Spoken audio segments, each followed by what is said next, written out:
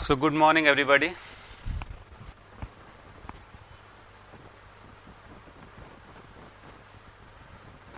Good morning Narendra. Good morning Manisha.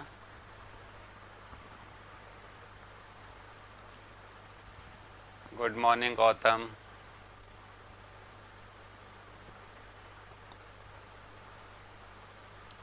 My voice is audible. आवाज clear आ रही है आज? जय हिंद.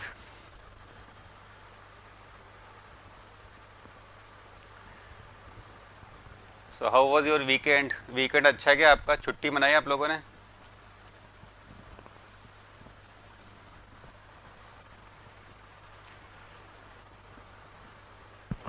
नहीं, बट बीच में एक दिन गैप होना चाहिए ना, थोड़ा आपको रिलैक्सेशन फील होता है. Good morning Yogesh.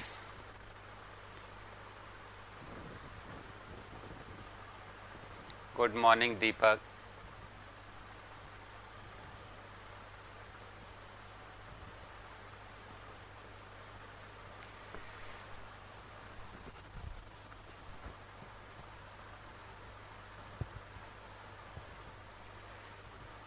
तो चलिए स्टार्ट करते हैं. हम लोग जो डिस्कस कर रहे थे, थ्योरेटिकल पार्ट डिस्कस कर रहे थे, वो था टेस्टिंग ऑफ ट्रांसफार्मर. हमने ओपन सर्किट टेस्ट और शॉर्ट सर्किट टेस्ट को डिस्कस किया था. टेस्टिंग के लिए हमने बताया था कि टेस्टिंग हम लोग क्यों करते हैं. ठीक है, यानी ट्रांसफार्मर को इंस्टॉल करने से पहले हम लोग टेस्टिंग करके देख रहे हैं कि रियल वर्किंग कंडीशन में जब ये ट्रांसफार्मर लगेगा तो ये प्रॉपर तरीके से काम भी कर पाएगा या नहीं कर पाएगा. इसके अलावा प्रीवेंटिव मेंटेनेंस टेस्ट भी होते हैं. एक बार ट्रांसफार्मर इंस्टॉल हो जाता है तब भी हम लोग हर 6 मंथ के अंदर, हर 4 मंथ के अंदर, हर 6 मंथ के अंदर कुछ टेस्ट करके देखते हैं कि ये ट्रांसफार्मर प्रॉपर तरीके से काम कर रहा है या नहीं कर रहा. Chris good morning. Purnima good morning. तो यहाँ पर हमने ओपन सर्किट टेस्ट और शॉर्ट सर्किट टेस्ट को डिस्कस किया था. ओपन सर्किट टेस्ट को करने के पीछे लॉजिक है, हमें क्या फाइंड आउट करना होता है? कोर लॉस हमें फाइंड आउट करना होता है, संट ब्रांच के पैरामीटर, इक्विवेलेंट सर्किट के संट ब्रांच के पैरामीटर, राधे राधे, पैरामीटर हमें फाइंड आउट करने होते हैं. या फिर अगर आपको एग्जैक्ट टर्न रेशो चाहिए तो एग्जैक्ट टर्न रेशो भी हम यहाँ पर फाइंड आउट कर सकते हैं. 3 चीजें मैंने आपको बताई थी. ओपन सर्किट टेस्ट के अंदर हम लोग कंडक्ट करने के बाद ये फाइंड आउट कर सकते हैं. जो चीजें आपको ध्यान में रखनी है, ओपन सर्किट टेस्ट के अंदर हम लोग रेटेड वोल्टेज लगाते हैं, लेकिन जो करंट फ्लो हो रहा है वो नो लोड करंट फ्लो हो रहा है, यानी बहुत कम करंट फ्लो हो रहा है. तो ओपन सर्किट टेस्ट जब भी कंडक्ट कर रहे हैं तो करंट वोल्टेज की वैल्यू तो प्रॉपर है, यानी रेटेड वोल्टेज है, लेकिन करंट की वैल्यू लो है. इस वजह से कॉपर लॉस की वैल्यू कम होती है, जीरो नहीं होता. कॉपर लॉस ऑलमोस्ट नेग्लिजिबल होता है और कोर लॉस पूरा का पूरा रेटेड कोर लॉस वहां पर हो रहा होता है. शॉर्ट सर्किट टेस्ट हम लोग कंडक्ट करते हैं कॉपर लॉस की वैल्यू को फाइंड आउट करने के लिए. कॉपर लॉस हम वहां पर फाइंड आउट करते हैं. कॉपर लॉस के साथ हम सीरीज ब्रांच के पैरामीटर यानी इक्विवेलेंट रेजिस्टेंस और इक्विवेलेंट रिएक्टेंस की वैल्यू भी फाइंड आउट करते हैं. ठीक है, शॉर्ट सर्किट टेस्ट जब हम लोग कंडक्ट कर रहे हैं तो हम जो करंट फ्लो करवा रहे हैं वो तो पूरा का पूरा रेटेड करंट है, लेकिन जो वोल्टेज आपको अप्लाई करना पड़ता है वो बहुत कम वोल्टेज है. ठीक है, तो ओपन सर्किट टेस्ट के अंदर हाई वोल्टेज लो करंट, शॉर्ट सर्किट टेस्ट के अंदर high current and low voltage, बिल्कुल अपोजिट हो गया. तो यहाँ पर कॉपर लॉस तो पूरे के पूरे हो रहे होते हैं, लेकिन कोर लॉस की वैल्यू बहुत ही कम होती है. ठीक है, ये आर ई और एक्सी हम लोग कैसे फाइंड आउट करते हैं ये मैंने यहाँ पर बताया था. एक और चीज जो हमें ध्यान में रखना होता है कि जब भी हम लोग ओपन सर्किट टेस्ट करते हैं उसको हम लोग लो वोल्टेज साइड पे करते हैं, शॉर्ट सर्किट टेस्ट को हम लोग हाई वोल्टेज साइड में करते हैं. ये हम लोग पता करेंगे कि हम ऐसा क्यों करते हैं. ओपन सर्किट टेस्ट को हम लो वोल्टेज साइड में कंडक्ट कर रहे हैं, शॉर्ट सर्किट टेस्ट को हम लोग हाई वोल्टेज साइड के अंदर क्यों कर रहे हैं. तो एक एग्जाम्पल ले लेता हूं. एक जो जनरल एक नॉर्मल ट्रांसफार्मर एग्जिस्ट करता है, एक नॉर्मल रेटिंग का ट्रांसफार्मर को लेके चलते हैं, उसके एग्जाम्पल से मैं आपको बताऊंगा कि हम लोग ओपन सर्किट टेस्ट को लो वोल्टेज साइड और शॉर्ट सर्किट टेस्ट को हाई वोल्टेज साइड में कंडक्ट क्यों करते हैं. बाकी लोगों का भी वीडियो लैग कर रहा है. अजीत कुमार सिंह वीडियो लैग कर रहा है.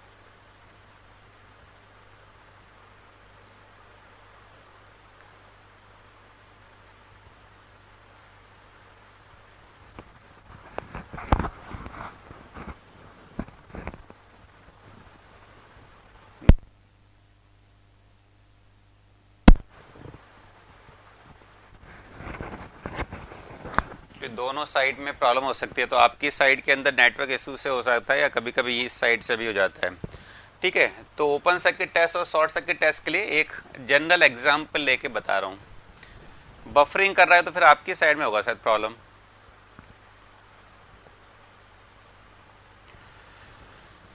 एक जनरल एग्जांपल लेके मैं बता रहा हूं कि ओपन सर्किट टेस्ट को हम लोग लो वोल्टेज साइड और शॉर्ट सर्किट टेस्ट को हाई वोल्टेज साइड पे कंडक्ट क्यों करते हैं। ठीक है,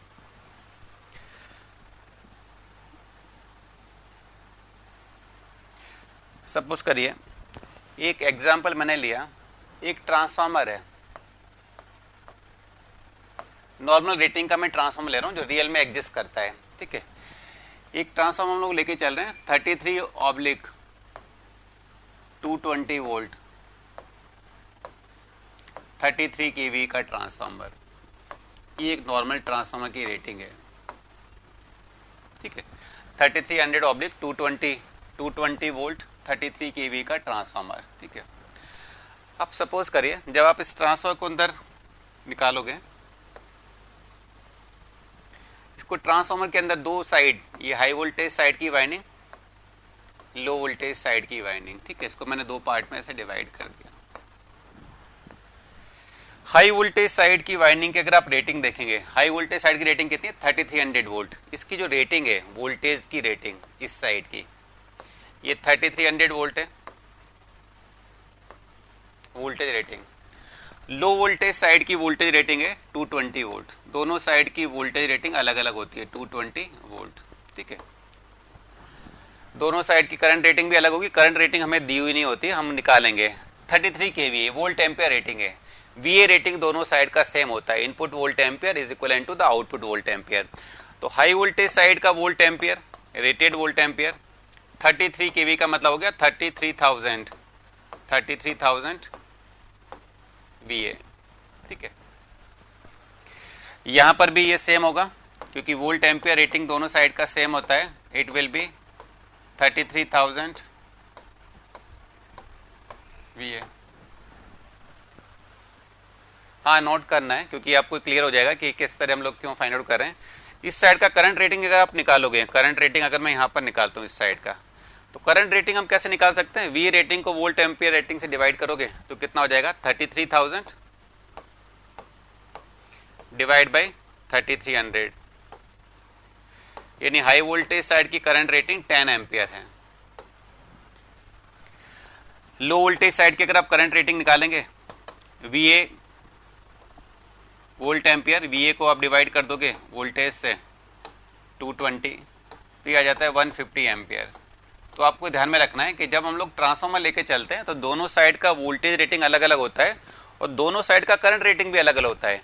खाली VA रेटिंग दोनों साइड का सेम है। और ये भी ध्यान में रखना है, हाई वोल्टेज साइड का करंट रेटिंग कम होता है, लो वोल्टेज साइड का करंट रेटिंग यहाँ पर ज्यादा होता है। ठीक है, ये आपको रेटिंग आप फाइंड आउट हो गई।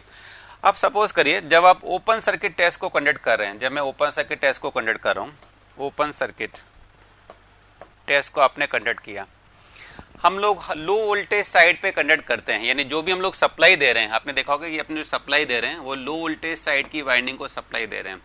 ठीक है, यहाँ पर एमीटर वोल्ट मीटर ये लगाकर जो सप्लाई देते हैं, इधर ये लो वोल्टेज साइड की वाइंडिंग को सप्लाई देते हैं। ठीक है, पहली चीज तो ये है कि लो वोल्टेज साइड की वाइंडिंग को सप्लाई देते हैं और हमें क्या लगाना पड़ता है, यहाँ पर रेटेड वोल्टेज अप्लाई करना पड़ता है। रेटेड वोल्टेज आपको अप्लाई करना पड़ता है जब भी आप ओपन सर्किट टेस्ट करते हैं, you apply the rated voltage. अगर आपने लो वोल्टेज साइड में टेस्ट किया तो रेटेड वोल्टेज कितना है 220 वोल्ट, तो आपको कितना वोल्ट अप्लाई करना पड़ रहा है 220 वोल्ट आपने अप्लाई किया है। अब 220 वोल्ट आप इजीली अप्लाई कर सकते हैं, 220 वोल्ट की सप्लाई आपको इजीली अवेलेबल है। यही काम अगर आप हाई वोल्टेज साइड में करते हैं तो वोल्टेज रेटिंग 3300 वोल्ट होता, तो आपको 3300 वोल्ट यानी 3300 वोल्ट लगाना पड़ता और 3300 वोल्ट की सप्लाई आपको इजीली अवेलेबल नहीं होती। दूसरा रीजन देखिए, यहां पर इसको मेजर करने के लिए वोल्टेज को आपने एक वोल्ट मीटर लगाया है। ठीक है, वोल्ट मीटर। अब हमें एक ऐसा वोल्ट मीटर चाहिए जो 220 वोल्ट को मेजर कर पाए, नाप पाए। ठीक है, अगर यही काम आप हाई वोल्टेज साइड करते हैं तो आपको एक ऐसा वोल्ट मीटर चाहिए होता जो 3300 वोल्ट को, जो 3300 वोल्ट को मेजर कर पाता। अब 3300 वोल्ट को मेजर करने वाला वोल्ट मीटर मार्केट में इजीली अवेलेबल नहीं है। क्यों नहीं है? क्योंकि हमारी जो जनरल वोल्टेज रेटिंग है वो 220 वोल्ट के आसपास की रहती है। ठीक है, तो हाई वोल्टेज को मेजर करने वाला वोल्ट मीटर मार्केट में इजीली नहीं मिलता, अगर मिलता है तो वो ज्यादा कॉस्टली होता है। करंट को देखिए, यहां पर जो करंट फ्लो हो रहा है लो सब, जब हम लोग ओपन सर्किट टेस्ट कर रहे हैं तो करंट रेटेड करंट नहीं फ्लो होता, खाली एक्साइटिंग करंट फ्लो होता है, जो रेटेड करंट का 2 से 6% होता है। तो रेटेड करंट का 2 से 6% करंट फ्लो हो रहा है, तो 2 to 6% of rated current. Rate current कितना है? 150। तो अप्रोक्सीमेटली अगर मैं निकालूं, यानी मैं 6% अगर ले लेता हूं तो कितना जाता है? 8-9 एम्पियर के आसपास करंट फ्लो हो रहा होगा। अब 8-9 एम्पियर करंट फ्लो हो रहा है तो आपको जो एमीटर चाहिए वो ऐसा एमीटर चाहिए जो 8-9 एम्पियर को मेजर कर पाए, नाप पाए। 8-9-10 एम्पियर या 20 एम्पियर तक मेजर करने वाला जो एमीटर है वो मार्केट में इजीली मिल जाता है, इजीली, क्योंकि ये करंट की नॉर्मल रेंज है। ठीक है, मोर नॉर्मली इतना करंट फ्लो होता है। अगर आप यहां पर लेके चलते हैं ओपन सर्किट टेस्ट को, अगर मैं हाई वोल्टेज साइड में कनेक्ट करता तो करंट कितना फ्लो होता? 2 to 6% of rated current. Rated अब यहां पर कितना है? 10 एम्पियर, यानी जो करंट फ्लो हो रहा होता है वो 0.02 से लेकर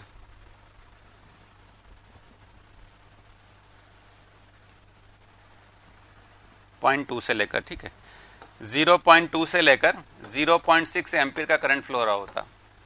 अब ये करंट की नॉर्मल रेंज नहीं है, ये करंट बहुत कम मैग्नीट्यूड का है। इतनी कम करंट को नापने वाला, इतनी कम करंट को मेजर करने वाला एमीटर मार्केट में इजीली अवेलेबल नहीं होता। तो ध्यान रखिए, जब मैं ओपन सर्किट टेस्ट को लो वोल्टेज साइड में कनेक्ट कर रहा हूं तो दो इसके रीजन है। पहला, आपको पावर सप्लाई, इतने वोल्टेज की पावर सप्लाई इजीली मिल जाती है। दूसरा है, उस टाइम पे हमें जो वोल्ट मीटर, एमीटर और वॉट मीटर चाहिए वो नॉर्मल रेंज के इंस्ट्रूमेंट होते हैं जो मार्केट में इजीली अवेलेबल है। सेम काम को अगर हम हाई वोल्टेज साइड में कनेक्ट करें तो आपको ना तो 3300 वोल्ट की इजीली सप्लाई मिलेगी, और जो वोल्ट मीटर चाहिए होगा और जो एमीटर चाहिए होगा वो नॉर्मल रेंज वाला वोल्ट मीटर एमीटर नहीं है, जो मार्केट में इजीली अवेलेबल नहीं है। टेक्निकली इसके पीछे कोई भी रीजन नहीं है। आप चाहें तो आप हाई वोल्टेज साइड के अंदर ओपन सर्किट टेस्ट कंडक्ट कर सकते हैं, खाली आपको कॉस्टली पड़ेगा क्योंकि आपको पावर सप्लाई इजीली नहीं मिलेगी। आपको ये वोल्ट मीटर और एमीटर ये नापने वाले थोड़े महंगे मिलेंगे। क्लियर है? तो ये आप ध्यान में रखना, मतलब इसके पीछे कोई टेक्निकल रीजन नहीं है, इसके पीछे खाली ये रीजन है कि कन्वीनियंट पड़ता है, क्योंकि इसके लिए आपको जो वोल्ट मीटर एमीटर चाहिए वो आपको कम कॉस्ट के लगते हैं। देखिए यहां पर मैं आपको बता रहा था, मैंने एक एग्जाम्पल लिया है। इतनी रेटिंग का एक ट्रांसफार्मर है, इससे हमने वोल्टेज की रेटिंग, करंट की रेटिंग यहां पर फाइंड आउट कर ली है। हम लोग लो वोल्टेज साइड में शॉर्ट सर्किट टेस्ट कंडक्ट करते हैं। ठीक है, आप कितना लगाते हो? रेटेड वोल्टेज लगाते हो, यानी 220 वोल्ट आप अप्लाई कर रहे हो। तो आपको एक वोल्ट मीटर चाहिए जो 220 वोल्ट को नाप पाए। ठीक है, 220 वोल्ट को मेजर करने वाला वोल्ट मीटर मार्केट में इजीली अवेलेबल रहता है। अगर यही काम आप यहां पर करते हैं तो आप कितना लगाते हैं वोल्टेज? रेटेड वोल्टेज, यानी 3300 वोल्टेज आप अप्लाई करते हैं। अब 3300 वोल्ट को मेजर करने वाला वोल्ट मीटर मार्केट में इजीली नहीं मिलता, मिलेगा तो कॉस्टली मिलेगा। क्लियर है? क्योंकि ये वोल्टेज की नॉर्मल रेंज नहीं है। ठीक है, जो नॉर्मल रेंज के इंस्ट्रूमेंट होते हैं वो सस्ते मिलते हैं।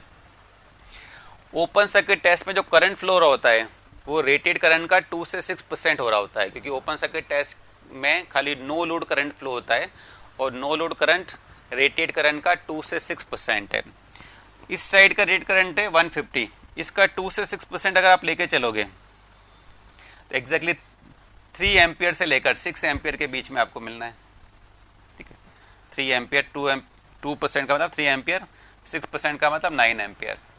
3 एम्पियर और 9 एम्पियर करंट की नॉर्मल रेटिंग है।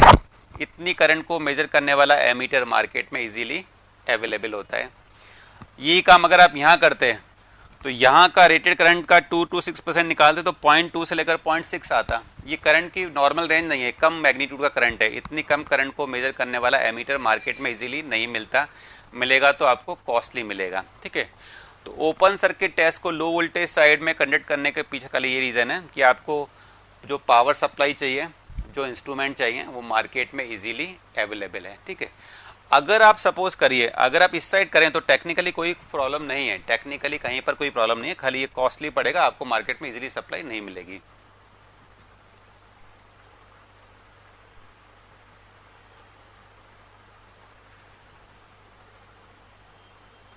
शॉर्ट सर्किट टेस्ट जब हम लोग कंडक्ट करते हैं उस टाइम पे जो आप वोल्टेज लगाते हो वो रेटेड वोल्टेज नहीं लगाते, वहां पर रेटेड करंट फ्लो होता है। और रेटेड करंट फ्लो करवाने के लिए जो आपको वोल्टेज लगाना पड़ता है वो बहुत कम मैग्नीट्यूड का लगाना पड़ता है, वो खाली रेटेड वोल्टेज का 4 से लेकर 10% के आसपास का लगाना पड़ता है। ठीक है, वही मैं बता रहा हूँ। जैसे शॉर्ट सर्किट टेस्ट पे आई है, शॉर्ट सर्किट टेस्ट जो हमने कंडक्ट किया,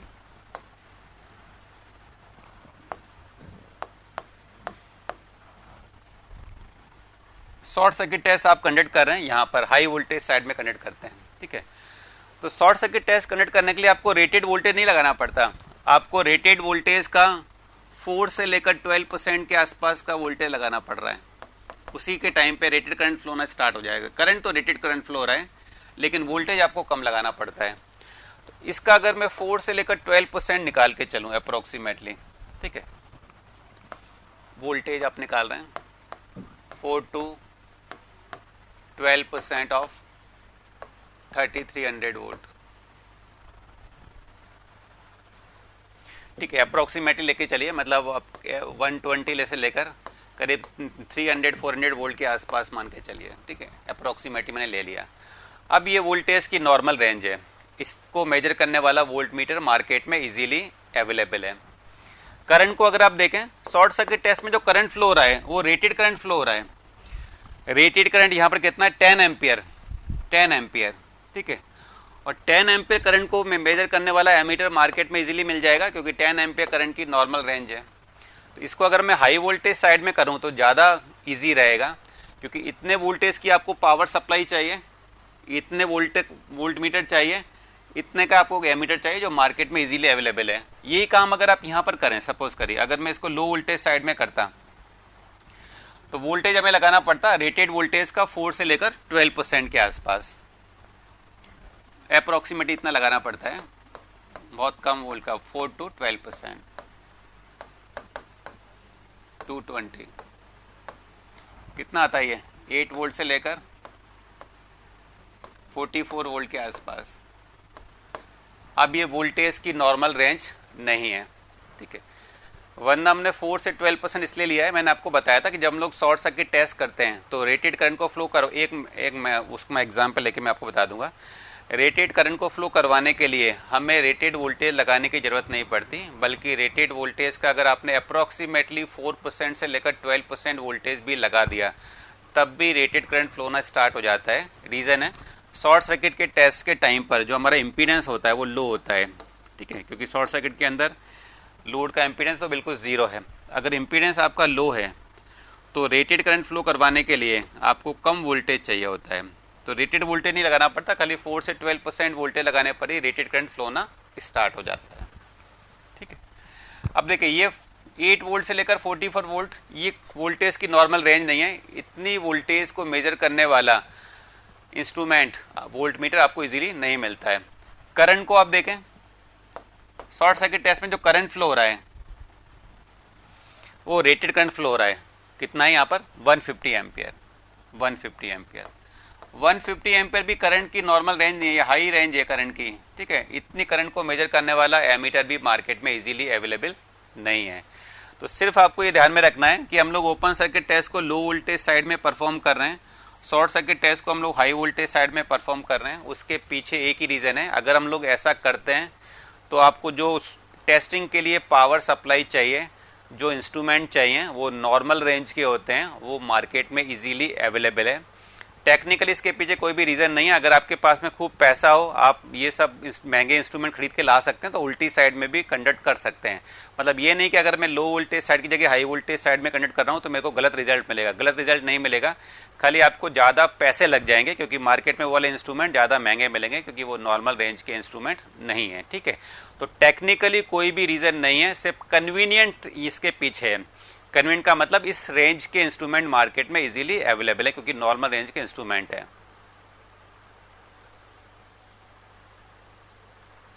नॉर्मल रेंज का मतलब है, देखिए जैसे आपके जनरली घर पे कितने वोल्ट की सप्लाई आ रही है, 220 वोल्ट के आसपास की सप्लाई आ रही है, तो 220 वोल्ट को मेजर करने वाला वोल्ट मीटर मार्केट में इजीली मिल जाएगा। ठीक है, उससे कम वोल्टेज वाला भी नहीं मिलेगा, उससे ज्यादा वोल्टेज वाला भी नहीं मिलेगा। ठीक है, जो एक नॉर्मल रेंज के इंस्ट्रूमेंट होते हैं वो आपको मार्केट में इजीली मिल जाते हैं। जैसे ये आपका मार्कर है, ये आप मैंने नॉर्मल मान लिया। अगर आपको बहुत पतला मार्कर चाहिए तो मार्केट में नहीं मिलेगा, बहुत मोटा मार्कर चाहिए तब भी नहीं मिलेगा, क्योंकि नॉर्मल वाला सस्ता मिल जाता है। अगर आपको ज्यादा पतला चाहिए तो महंगा मिलेगा, ज्यादा मोटा चाहिए तब भी पतला मिलेगा। ठीक है,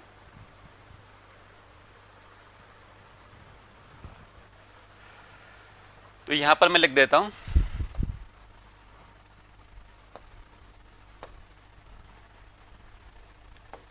we do open circuit test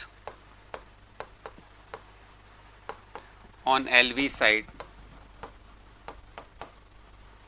and short circuit test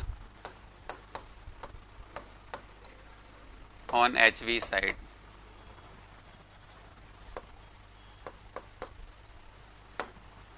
Because this required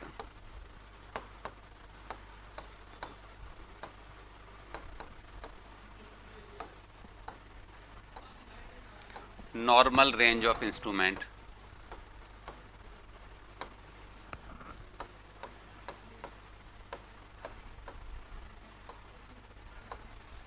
ये आपको नॉर्मल रेंज के इंस्ट्रूमेंट चाहिए and power supply.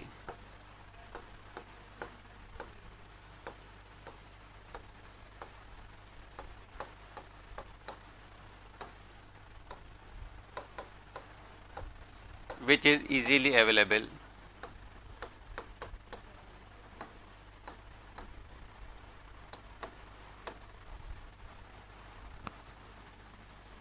in market.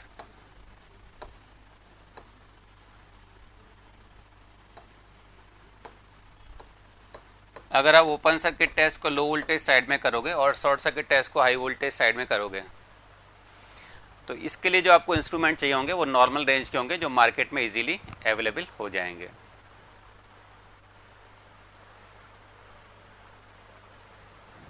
अभी भी लैग कर रहा है क्या आप लोगों का वीडियो? एक मिनट में उससे पूछ के आता हूं कि क्या रीजन है ना।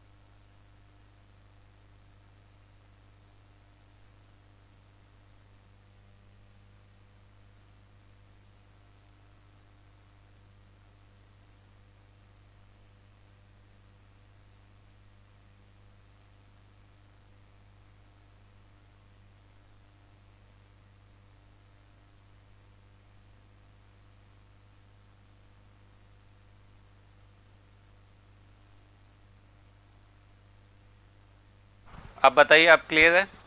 अब भी अटक रहा है? ठीक है, अभी वो सही कर दिया है तो 2-3 मिनट में आपको सही हो जाएगा। अगर कोई दिक्कत आएगी तो अभी 2-3 मिनट में सही हो जाएगा। ठीक है, इसमें बताइए, इसमें किसी को डाउट है? ये दोबारा बताओ, इसको क्लियर है ना? बस खाली मैंने एक डेटा लेके बता दिया, डेटा से आपका क्लियर हो जाता है। डेटा से आपको समझ में आ जाएगा कि इससे एक नॉर्मल मैंने एक इंस्ट्रूमेंट लिया, एक ट्रांसफार्मर लिया, उसको मेजर करने के लिए, उसकी टेस्टिंग करने के लिए जब हम लोग ओपन सर्किट टेस्ट और शॉर्ट सर्किट टेस्ट कर रहे हैं तो नॉर्मल रेंज के इंस्ट्रूमेंट हमें चाहिए होंगे। मतलब ये वाला पर अगर आप यहाँ पर देख के चलोगे तो ये आपका नॉर्मल रेंज का इंस्ट्रूमेंट है और यहाँ पर ये नॉर्मल रेंज का इंस्ट्रूमेंट नहीं है। ठीक है, ये नॉर्मल रेंज का इंस्ट्रूमेंट है। अगर आपने हाई वोल्टेज साइड में परफॉर्म किया है, 120 से लेकर 400 वोल्ट ये नॉर्मल रेंज है। करंट की 10 एम्पियर नॉर्मल रेंज है। नॉर्मल मतलब जनरली इतना करंट फ्लो होता है मोस्टली सर्किट के अंदर और इतना वोल्टेज आपको मिलेगा। और यहाँ पर अगर हम लो इसको इधर कर रहे हैं, लो वोल्टेज साइड में कंडक्ट कर रहे हैं तो ये आपको नॉर्मल रेंज मिल रही है। तो टेक्निकल कोई भी रीजन नहीं है, ध्यान रखें, कोई भी टेक्निकल रीजन नहीं है कि हमने इसको, अगर आप इसको लो वोल्टेज की जगह हाई वोल्टेज में कर दें या हाई वोल्टेज की जगह लो वोल्टेज कर दें तो आपको बिल्कुल सही रिजल्ट मिलेगा। खाली आपको इजीली इंस्ट्रूमेंट और पावर सप्लाई नहीं मिलेगी, खाली इतना आपको ध्यान में रखना है। अब हम आते हैं नेक्स्ट टेस्टिंग की तरफ। अच्छा, एक चीज और ऑब्जेक्टिव एग्जाम में आता है कि जब हम लोग ओपन सर्किट टेस्ट करते हैं और शॉर्ट सर्किट टेस्ट कर रहे हैं तो आप वॉट मीटर यूज कर रहे हो। ठीक है, तो ओपन सर्किट टेस्ट के अंदर जो हम लोग वॉट मीटर यूज करते हैं वो लो पावर फैक्टर का वॉट मीटर होता है। आपने मेजरमेंट में पढ़ा होगा वॉट मीटर दो तरीके के होते हैं, एक लो पावर फैक्टर का वॉट मीटर, दूसरा होता है हाई पावर फैक्टर का वॉट मीटर। तो हम लोग जब ओपन सर्किट टेस्ट कंडक्ट कर रहे हैं तो लो पावर फैक्टर का वॉट मीटर यूज करते हैं, शॉर्ट सर्किट टेस्ट में आप लोग हाई पावर फैक्टर का वॉट मीटर यूज करते हैं। ठीक है, रीजन क्या है, क्योंकि ओपन सर्किट टेस्ट में जो ट्रांसफार्मर काम कर रहा है वो लो पावर फैक्टर पे काम कर रहा है, उसका एक फेजर डायग्राम बना के मैं आपको बता रहा हूँ, ये भी चीज आपको ध्यान में रखनी है। ठीक है, सपोज करिए अगर मैंने ओपन सर्किट टेस्ट लिया, ओपन सर्किट टेस्ट यानी ये नो लोड पे काम कर रहा है, यहां पर जो करंट फ्लो हो रहा है खाली नो लोड करंट फ्लो हो रही है। अगर आप फेजर डायग्राम बनाते हैं तो ऐसा आता है, देखिए ये फ्लक्स आएगा फाई, ईएमएफ इंड्यूस हो रहा होगा प्राइमरी वाइंडिंग में भी और सेकेंडरी वाइंडिंग में भी, E1 और E2 इस तरह का ईएमएफ इंड्यूस्ड होगा, E1 और E2। करंट फ्लो हो रहा है, सिर्फ नो लोड करंट फ्लो हो रहा है आई, ये करंट फ्लो हो रहा है आई और फाई के बीच का एंगल होता है अल्फा, और अल्फा की वैल्यू बहुत कम होती है क्योंकि हम लोग CRGO सिलिकॉन स्टील लेके चल रहे हैं। ठीक है, अभी बता रहा हूँ मनीषा, बता रहा हूँ, पहले एक बार समझिए। ठीक है, पावर फैक्टर एंगल का मतलब होता है वोल्टेज, आप ध्यान रखिए, पावर फैक्टर एंगल का मतलब है वोल्टेज और करंट के बीच का एंगल, ये पावर फैक्टर का एंगल है। कहीं पर भी कोई वोल्टेज आपको दे रखी है, करंट दे रखी है, इन दोनों के बीच का जो एंगल होता है इसको हम बोलते हैं पावर फैक्टर एंगल। और इस एंगल का अगर हम लोग कोसाइन ले लें, इसका कॉस थीटा कर दूं तो ये आपका पावर फैक्टर हो जाता है। तो वोल्टेज और करंट के बीच का एंगल ये पावर फैक्टर एंगल, और इसका कोसाइन मतलब कॉस थीटा अगर कर दोगे it is become power factor, वो पावर फैक्टर हो जाता है।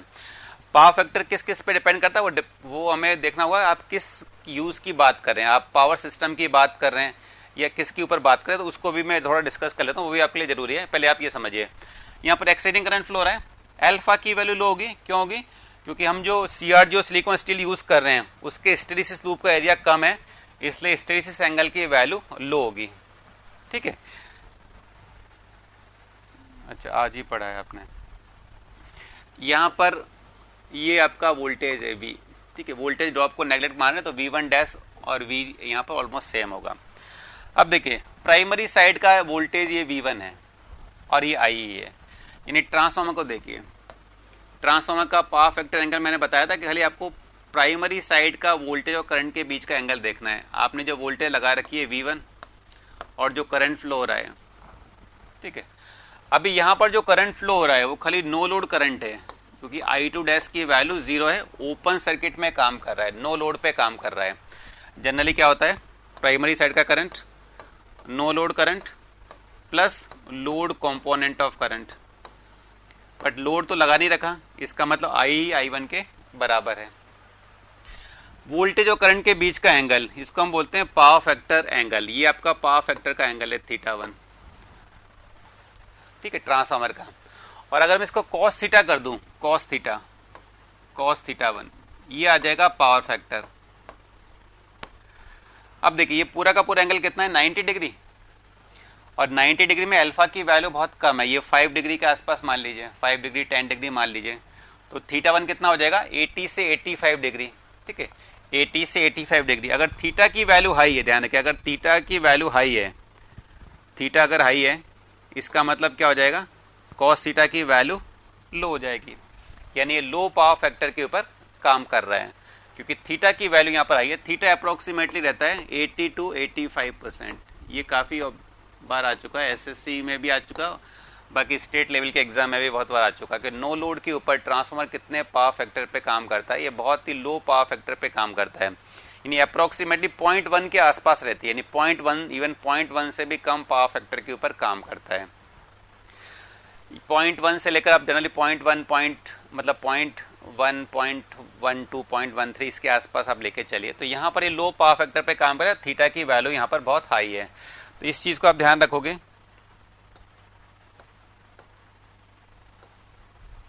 ये एक साथ दोनों को लिख दूंगा, आप खाली ये समझ लीजिए, ये चीज आपको समझ में आ गई। मैंने फेजर डायग्राम बना के बताया लो पावर फैक्टर पे क्यों काम कर रहा है, क्योंकि वोल्टेज और करंट के बीच का एंगल, यहाँ पर जो करंट फ्लो हो रहा है नो लोड के टाइम पर वो खाली I फ्लो हो रहा है, तो थीटा की वैल्यू बहुत हाई है। थीटा हाई होने का मतलब पावर फैक्टर की वैल्यू लो है, थीटा इज वेरी हाई, तो कॉस थीटा विल बी लो।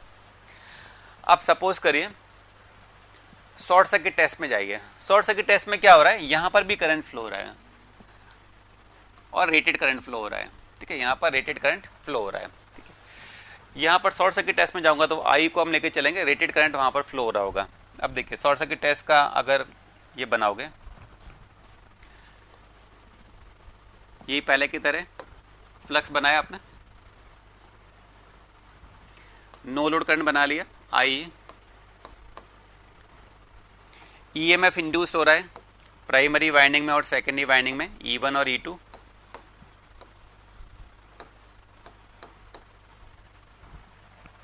ठीक है।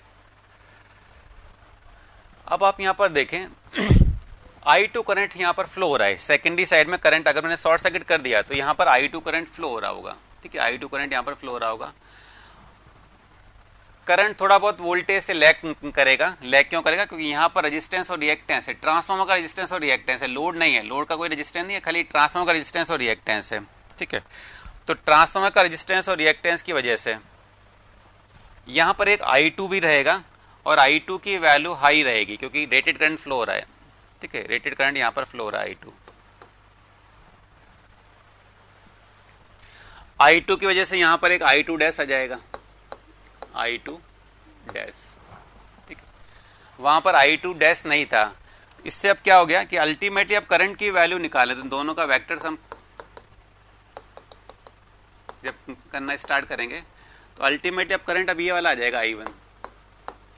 पहले करंट खाली आई था, अभी करंट इस साइड में शिफ्ट हो रहा है, देखिए इस साइड में शिफ्ट हो रहा है, अप्रोक्सीमेटली जस्ट लेके चलिए, अगर मैंने इसको यहाँ पर V के आसपास मान लिया, थोड़ा बहुत I1 R1 I2 X2 करके, ये इसको ऑलमोस्ट इसी को V1 मान के चलिए। तो पहले नो लोड के टाइम पर देखिए, नो लोड के टाइम पर ये एंगल इतना ज्यादा था, लेकिन शॉर्ट सर्किट के टाइम पर ये एंगल कितना हो गया, वोल्टेज करंट के बीच का एंगल ये हो गया थीटा SC, यानी शॉर्ट सर्किट के टाइम का पावर फैक्टर एंगल। तो थीटा की वैल्यू थोड़ी रिड्यूस हो गई है, तो थीटा SC की वैल्यू क्या हो गई है, रिड्यूस हो गई नो लोड के कंपेरिजन में। नो लोड के टाइम पर तो एंगल इतना है और अभी ये एंगल इतना हो गया, कम हो गया, क्योंकि नो लोड पे खाली आई करंट फ्लो रहा है, अभी करंट फ्लो रहा है I1। तो थीटा कम होने पर क्या हो जाएगा, जो पावर फैक्टर होगा cos theta SC, power factor की वैल्यू क्या हो जाएगी, हाई हो जाएगी। थीटा कम होने का मतलब कॉस थीटा उसका हाई हो जाएगा। तो कंपैरेटिवली यानी कि बहुत ज्यादा हाई है, कंपैरेटिवली यानी नो लोड टेस्ट के कंपैरिजन में ये हाई पावर फैक्टर के ऊपर काम कर रहा है। तो नो लोड के ऊपर ध्यान है कि नो लोड के ऊपर ट्रांसफार्मर बहुत ही लो पावर फैक्टर पे काम करता है, शॉर्ट सर्किट टेस्ट के टाइम पर कंपैरेटिवली हाई पावर फैक्टर पे काम कर रहा है। इसलिए जब भी हम लोग ओपन सर्किट टेस्ट कंडक्ट करते हैं तो आप लो पावर फैक्टर का वॉट मीटर यूज करोगे, जब आप शॉर्ट सर्किट टेस्ट कंडक्ट करोगे तो आप हाई पावर फैक्टर का वॉट मीटर यूज करोगे, ठीक है। उसमें लो पावर फैक्टर, इसमें हाई पावर फैक्टर का वॉट मीटर यूज करोगे। कंपैरेटिवली यानी कि बहुत ज्यादा हाई है, मतलब हाँ 0.8 के आसपास ही काम कर रहा है, ठीक है, 0.8 0.9 पावर फैक्टर के आसपास अभी काम करना स्टार्ट कर देगा। तो इस चीज को मैं यहां पर लिख रहा हूं नोट करके।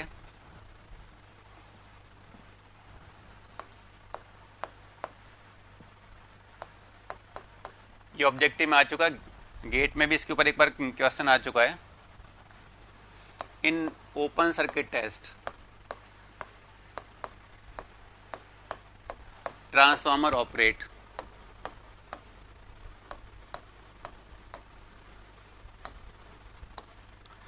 एट लो पावर फैक्टर,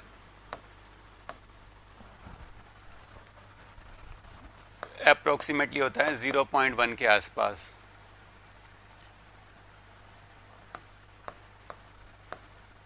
उससे भी कम हो सकता है, थोड़ा बहुत उससे थोड़ा ज्यादा हो सकता है। So we use low power factor watt metre.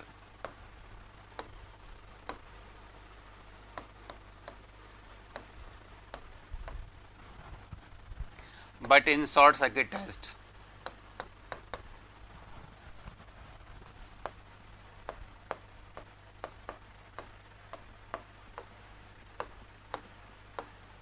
we use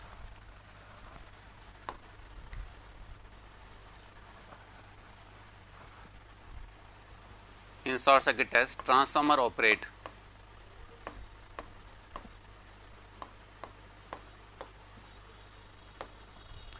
comparatively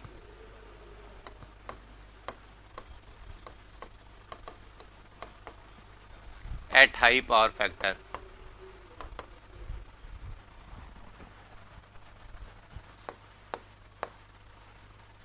So we use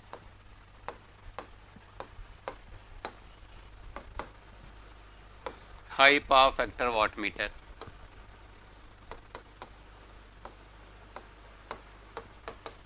In short circuit test.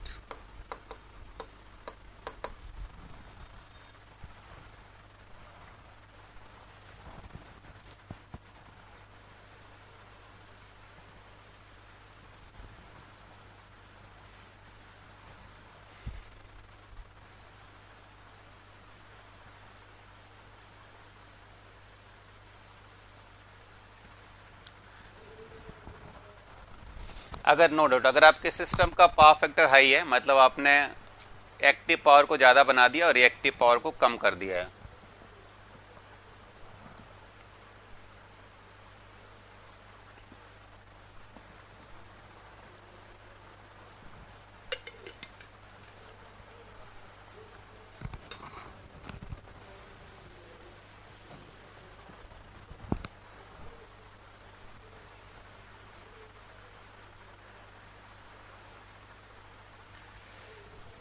एक चीज अब आप समझिए, ये चीज आपको समझ में आ गया। देखिए ट्रांसफार्मर के अंदर अगर आप लोड लगाते हो ना, देखिए अगर मैंने यहाँ पर लोड लगा रखा है, लोड लगाने का मतलब मैंने एक रेजिस्टेंस रिएक्टेंस कुछ भी लगा रखा है, ठीक है। तो यहां पर अगर आप लेके चलें, इस साइड पर वोल्टेज की वैल्यू है V2,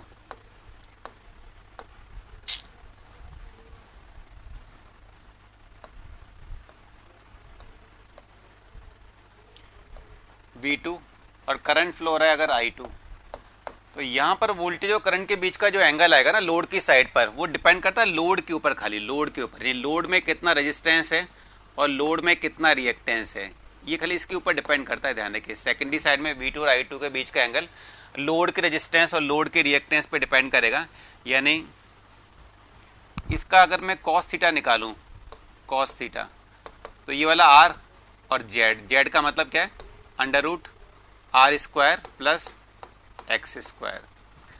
तो लोड का पावर फैक्टर लोड में कितना रेजिस्टेंस है, लोड में कितना रिएक्टेंस है, खाली उसके ऊपर डिपेंड करता है। ध्यान देखिए ट्रांसफार्मर का पावर फैक्टर का मतलब है, नो डाउट ये भी वोल्टेज और करंट के बीच का एंगल ही है। ट्रांसफार्मर का पावर फैक्टर का मतलब है कि प्राइमरी साइड में ट्रांसफार्मर की वोल्टेज और करंट के बीच का जो एंगल है उसका कॉस थीटा कितना है। जैसे यहां पर आप देखिए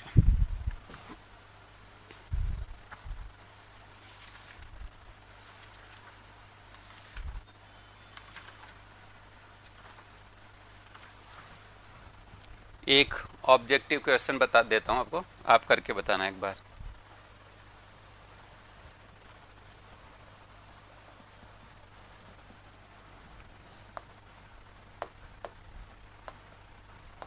ए 200/100 volt 2 kVA transformer,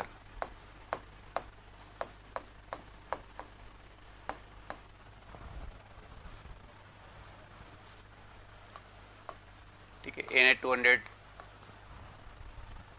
short circuit test is perform.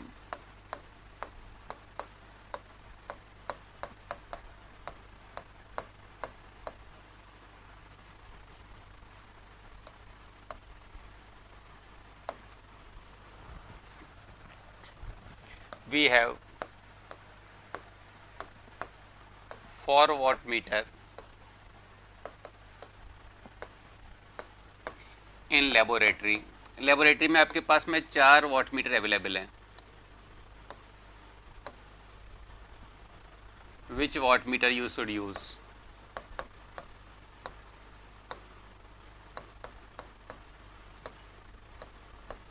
Which wattmeter should be used.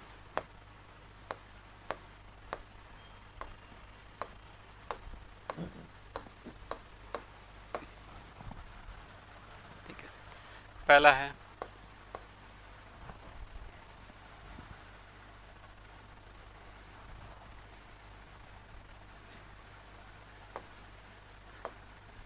Hundred volt 5 ampere low power factor,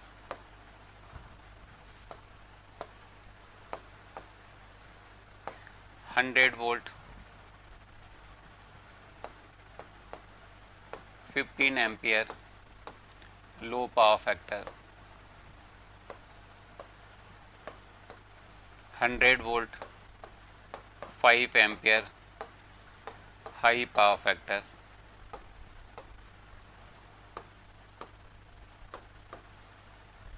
100 volt, 15 ampere, high power factor.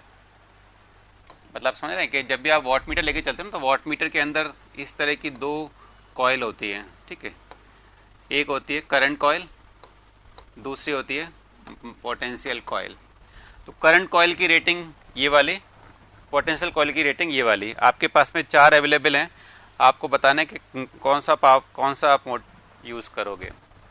अगर 4 वाट मीटर आपके पास में अवेलेबल है, यानी लेबोरेटरी है, इसमें 4 इस तरह के वाट मीटर अवेलेबल है, तो इस ट्रांसफार्मर की टेस्टिंग करने के लिए आप कौन सा वाट मीटर को प्रेफर करोगे। अजीत कुमार कह रहे हैं 3, ईसा सिंगल बोल रही है 4, योगेश सिंगल डी मतलब वही 4। यहां पर ऑप्शन को ऐसे लिख देता हूं, ट्रांसफॉर्म इसमें 1 यूज करोगे, 2 यूज करोगे, 3 वाला यूज करोगे या 4 वाला यूज करोगे, ठीक है। कुछ लोग मतलब डी बोल रहे हैं, कुछ लोग सी बोल रहे हैं। और बताइए, सी और डी के अलावा ए और बी भी किसी का ऑप्शन है?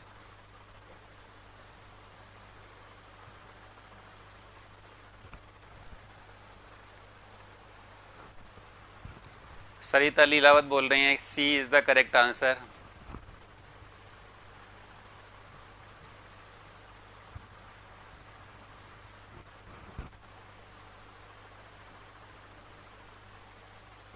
दीपक के according D is the correct answer.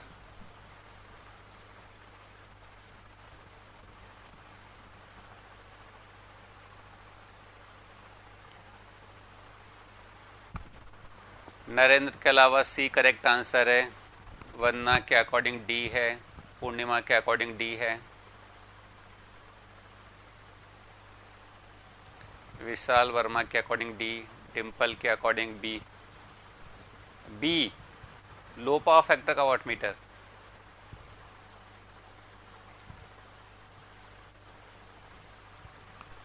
Mohammad के अकॉर्डिंग सी। देखिए आप पहले समझिए, सबसे मेन चीज तो ये चीज मैंने आपको बताया कि ओपन सर्किट टेस्ट जब भी कनेक्ट करोगे आपको लो पावर फैक्टर का वाट मीटर यूज करना है, और जब भी आप शॉर्ट सर्किट टेस्ट को कनेक्ट करो तो हाई पावर फैक्टर का वाट मीटर यूज करना है। सबसे इंपॉर्टेंट चीज ये है, ठीक है। तो यहाँ पर आप शॉर्ट सर्किट टेस्ट को परफॉर्म कर रहे हो, देखिए यहाँ पर आप क्या कर रहे हो, शॉर्ट सर्किट टेस्ट को परफॉर्म कर रहे हो।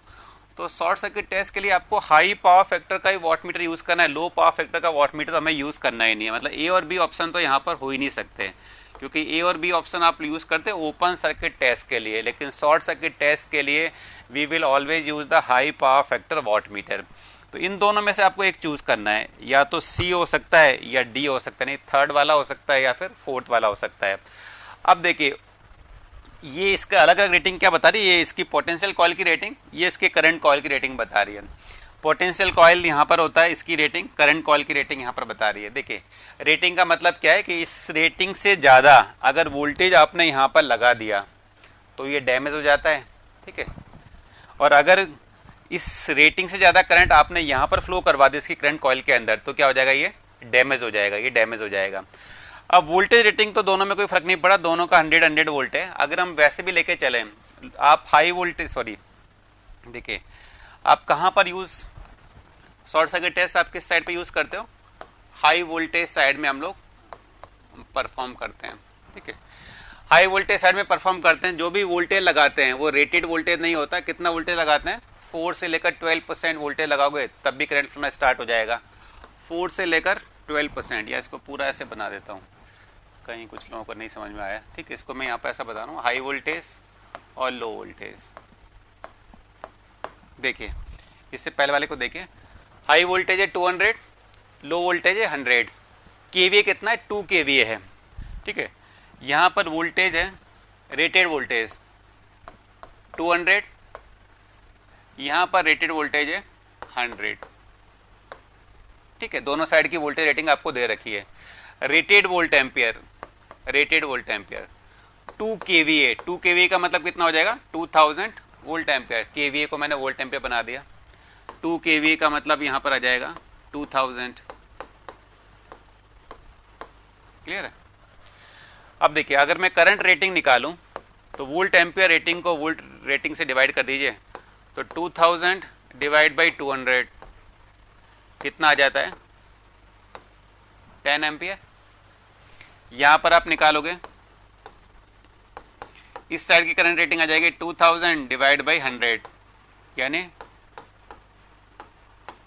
20 एम्पियर। हम लोग जो शॉर्ट सर्किट टेस्ट को परफॉर्म करते हैं वो हाई वोल्टेज साइड में परफॉर्म करते हैं, हाई वोल्टेज साइड में परफॉर्म कर रहे हैं।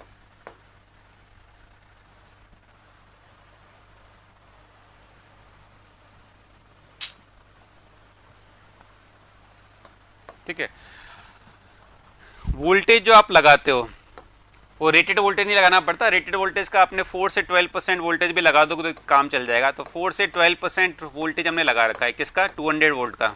200 वोल्ट का कितना हो गया 8 वोल्ट से लेकर 24 वोल्ट तक आपने लगाया हुआ है। एक ऐसा वॉट मीटर होना चाहिए जो 8 वोल्ट से लेकर 24 वोल्ट तक बियर कर पाए। तो दोनों की रेटिंग इससे ज़्यादा है, नहीं दोनों में कोई प्रॉब्लम नहीं होगी इतना वोल्ट अगर आप लगा दोगे, क्योंकि रेटिंग तो इसकी ज़्यादा है। लेकिन करंट रेटिंग को देखिए,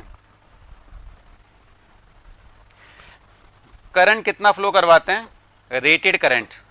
शॉर्ट सर्किट टेस्ट में रेट करंट फ्लो करवाते हो, कितना है रेट करंट 10 एम्पियर। तो यहां पर जो करंट फ्लो हो रहा है वो 10 एम्पियर करंट फ्लो हो रहा है। इसका मतलब वॉट मीटर की करंट कॉइल के अंदर भी जो करंट फ्लो हो रहा है वो 10 एम्पियर करंट फ्लो हो रहा है। ठीक है, तो करंट कॉइल की जो रेटिंग है वो 10 एम्पियर से ज्यादा होनी चाहिए। अगर मैंने ये वाला वॉट मीटर यूज कर लिया, यहां पर देखिए, अगर मैंने ये वाला वॉट मीटर यूज कर लिया, इसकी करंट रेटिंग क्या है 5 एम्पियर। इसका मतलब 5 एम्पियर से ज्यादा करंट अगर आपने इसमें फ्लो करवा दिया, इसके अंदर फ्लो करवा दिया, तो इसकी करंट कॉइल डैमेज हो जाएगी।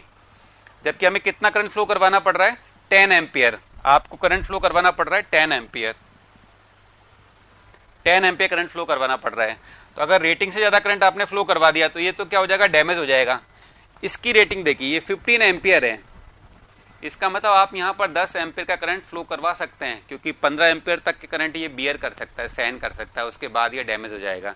सो आंसर क्या हो जाएगा, the answer will be D. Clear है? तो सबसे पहले तो आपको लो पावर फैक्टर और हाई पावर फैक्टर देखना है कि हमेशा शॉर्ट सर्किट टेस्ट में आप हाई पावर फैक्टर का वॉट मीटर यूज करोगे। उसके बाद आपको देखना है कि इसकी करंट कॉइल की रेटिंग जो करंट फ्लो हो रहा है उससे ज्यादा होनी चाहिए कम से कम। ठीक है, उससे कम हो गई तो अभी ये डैमेज हो जाएगा। क्लियर है? किसी को कोई डाउट हो तो पूछिए।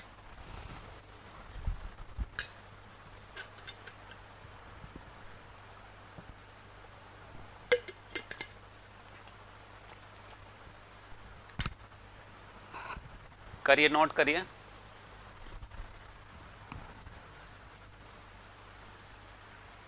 इसी स्लाइड से नोट करना है, उससे पहले वाली स्लाइड भी बताऊं आपको।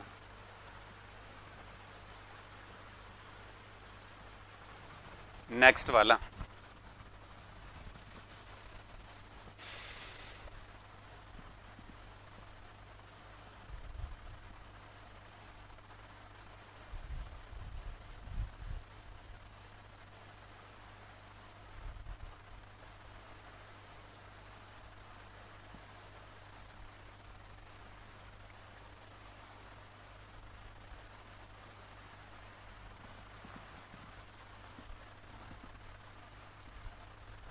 स्लाइड नंबर 4 से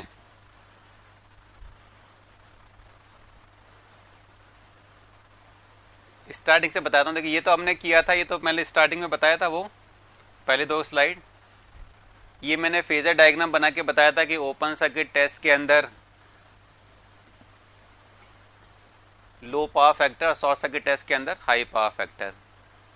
ये 4th वाली स्लाइड है। फर्स्ट स्लाइड से लेना है, स्क्रीनशॉट लीजिए, फर्स्ट स्लाइड से लीजिए। ये फर्स्ट स्लाइड है।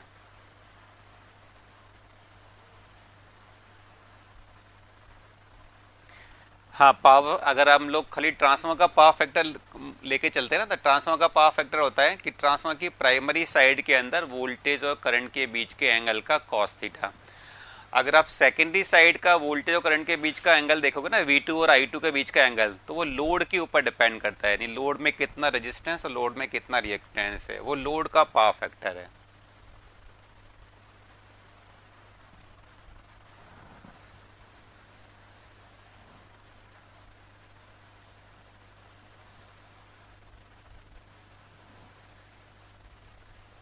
स्लाइड 4।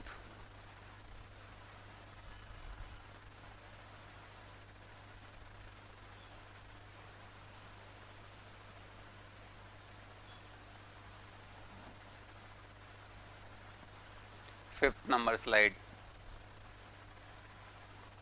ये एसएससी के एग्जाम में आ चुका है कि नो लोड के टाइम पर कितना पावर फैक्टर होता है, तो ये भी अप्रोक्सीमेटली डेटा आपको याद में रखना है। इसके आसपास का अगर आपको दिख रहा है, मतलब वो नो लोड के टाइम का पावर फैक्टर है। 6 नंबर।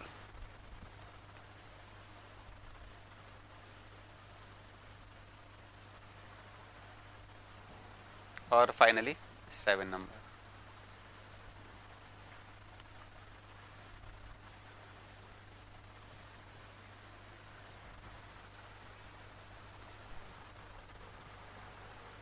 हाँ, रेटेड करंट का एक सेफ लिमिट है, इससे ज़्यादा अगर आपने करंट फ्लो करवा दिया तो डैमेज हो जाएगा। जो आप ही समझिए, रेटिंग बेसिकली क्या होता है, जो हम लोग कोई भी डिवाइस खरीद के लाओ, जैसे आप कभी घर पे पंखे लेके आओगे, फैन वगैरह लेके आओगे, तो एक नेम प्लेट होता है ना, उसमें सब कुछ लिखा होता है, इतना वोल्टेज, इतना करंट, इतने हॉर्स पावर की मोटर, ठीक है। तो बेसिकली यहाँ पर क्या होता है कि रेटिंग मैन्युफैक्चरर और यूजर के बीच में एक लिंक का काम करती है। मैन्युफैक्चरर मतलब जिसने इसको बनाया है, जैसे मैंने फैन में, मैं फैन का मैन्युफैक्चरर हूँ, मैं इसको बना रहा हूँ, आपको इसको यूज करना है फैन को, तो मैंने इसकी एक नेम प्लेट पे ये लिख के दे दिया कि ये 220 वोल्ट के ऊपर काम करेगा, इसमें 5 एम्पियर तक का करंट फ्लो हो सकता है, ये 1500 आरपीएम की स्पीड पे रन करेगा, ठीक है। अब आप जब इसको लेके जाओगे तो आपको इसकी नेम प्लेट को देख के आपको पता लग जाएगा कि ये डिवाइस किस ऑपरेशन के अंदर सेफली काम करेगी। उससे ज़्यादा करंट आपने फ्लो करवा दिया या उससे ज़्यादा वोल्टेज अगर आपने दे दिया तो ये डिवाइस डैमेज हो जाती है। तो रेटिंग मैन्युफैक्चरर और यूजर के बीच में एक लिंक की तरह काम करता है। मैन्युफैक्चरर ने डिवाइस को बनाया है, वो आपको बता रहा है कि आपको इस डिवाइस को इस लिमिट के अंदर यूज करना है, उससे बाहर अगर आप चले गए तो ये डिवाइस डैमेज हो जाएगी, ठीक है। 15 एम्पियर करंट नहीं है, 15 एम्पियर उसकी रेटिंग है, 15 एम्पियर इज द रेटिंग, मतलब ये 15 एम्पियर तक का करंट सहन कर सकता है, उसके बाद जाकर डैमेज होगा। जबकि करंट फ्लो हो रहा है खाली 10 एम्पियर, करंट रियल में 10 एम्पियर का ही फ्लो हो रहा है, current is the 10 ampere, but 15 ampere तक का करंट आप उसको दे सकते हो, तब तक ये डैमेज नहीं होगा, ठीक है। 15 एम्पियर उसका एक 15 एम्पियर जब हम लोग जाते हैं ना, 15 एम्पियर रेटिंग है, मतलब उतना करंट आप फ्लो करवा सकते हो, तब तक ये डैमेज नहीं होगा।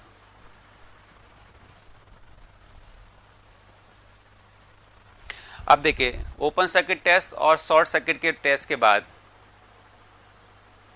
नहीं उससे ज़्यादा तो आप ले सकते हो, लिया नहीं, मेरे पास में 4 इंस्ट्रूमेंट अवेलेबल हैं, ये बताया है कि मैंने 4 इंस्ट्रूमेंट आपके लेबोरेटरी के अंदर रखे हुए हैं। अब जरूर थोड़ी कि आपको 10 एम्पियर वाला इंस्ट्रूमेंट मिल रहा हुआ है, नहीं मिल रहा तो आपको 15 एम्पियर वाला आप यूज़ कर सकते हो, ठीक है भाई। आप ये मान के चलिए कि अगर आप मार्केट से कोई चीज़ खरीदने गए, ठीक है, मार्केट में वो चीज़, आप एक आइसक्रीम लेने गए, वो आइसक्रीम आपको 20 रुपये की मिलती है, ठीक है, तो जरूर नहीं आप घर से 20 रुपये लेके चलें, अगर आपकी जेब में 25 रुपये हैं तब भी आप इस आइसक्रीम को खा लोगे, 5 रुपये एक्स्ट्रा है आपके पास में। लेकिन अगर आपके पास में 15 रुपये हैं जेब के अंदर, तब आप आइसक्रीम नहीं ले सकते, बट 25 है तब ले सकते हो, ठीक है, एक्स्ट्रा है, कोई फर्क नहीं पड़ता। हाँ, 10 एम्पियर का करंट फ्लो हो रहा है, 10 एम्पियर करंट फ्लो हो रहा है, लेकिन आपके पास में रेटिंग इसकी 15 एम्पियर तक की है। रेटिंग तो यूजर मैन्युफैक्चरर ने लिख के बताया ना, जब आप वॉट मीटर लेके आ रहे हो बाजार से तो उसके अंदर रेटिंग लिखी होती है। जैसे अगर आप कभी आपने कभी मोटर देखा है अपने घर के अंदर, मोटर फैन देखा है, उसके ऊपर रेटिंग लिखी होती है, इतना एम्पियर, इतने हॉर्स पावर की मोटर, वो सब लिखा हुआ होता है, तो वो आपको ऊपर लिखा हुआ है, वॉट मीटर के ऊपर लिखा हुआ है कि इतना इसकी रेटिंग है, इस रेटिंग पे ये काम कर सकता है, ठीक है। ओपन सर्किट टेस्ट और शॉर्ट सर्किट टेस्ट के बाद अब नेक्स्ट टेस्ट पे आते हैं, वो होता है पोलैरिटी टेस्ट। पॉलिटी टेस्ट से पहले मैं आपको डॉट कन्वेंशन बता देता हूँ, ठीक है। डॉट कन्वेंशन से फिर आपको आगे इजी रहेगा पॉलिटी फाइंड आउट करने के लिए, ठीक है। तो सबसे पहले हम लोग स्टडी कर रहे हैं डॉट कन्वेंशन। डॉट कन्वेंशन सिर्फ दो चीजें याद में रखनी है इसके अंदर, बहुत ज्यादा ध्यान में रखना है। दो चीजें आपको यहां पर ध्यान में रखनी है।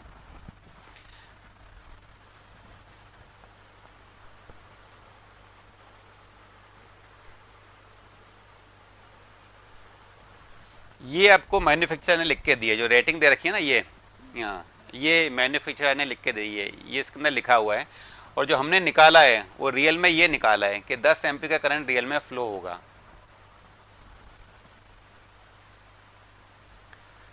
देखिए, आपने कभी ट्रांसफार्मर की दोनों वाइंडिंग को देखा, इस तरह वाइंडिंग को देखा,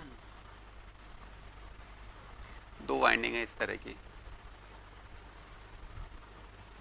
जब आप इसको सप्लाई दोगे तो एक फ्लक्स बनेगा, फ्लक्स की वजह से यहाँ पर एक ईएमएफ इंड्यूस्ड होगा। एक ईएमएफ इंड्यूस्ड होता है E1 प्राइमरी साइड के अंदर, और सेकेंडरी साइड में एक ईएमएफ इंड्यूस्ड होगा E2। इस तरह कोई ईएमएफ इंड्यूस्ड हो रहा है, ठीक है। इंड्यूस्ड ईएमएफ की पॉलिटी हम लोग लेंज लॉ से फाइंड आउट करेंगे। सपोज करिए यहाँ पर ये वाला प्लस आ रहा है और ये वाला माइनस आ रहा है, जैसे मैंने मान लिया ऐसे ही है ना, और यहाँ पर ये प्लस आ रहा है और ये माइनस आ रहा है, हमने ऐसा मान लिया। इस तरह का ईएमएफ, इस पॉलिटी का ईएमएफ इंड्यूस्ड हो गया है। लेकिन देखा होगा आपने ट्रांसफार्मर के अंदर, जब भी हम लोग ट्रांसफार्मर को बनाते हैं तो कभी भी हम लोग ऐसे प्लस माइनस नहीं लिखते हैं, यानी कभी भी हम लोग पॉलिटी नहीं लिखते हैं प्लस माइनस।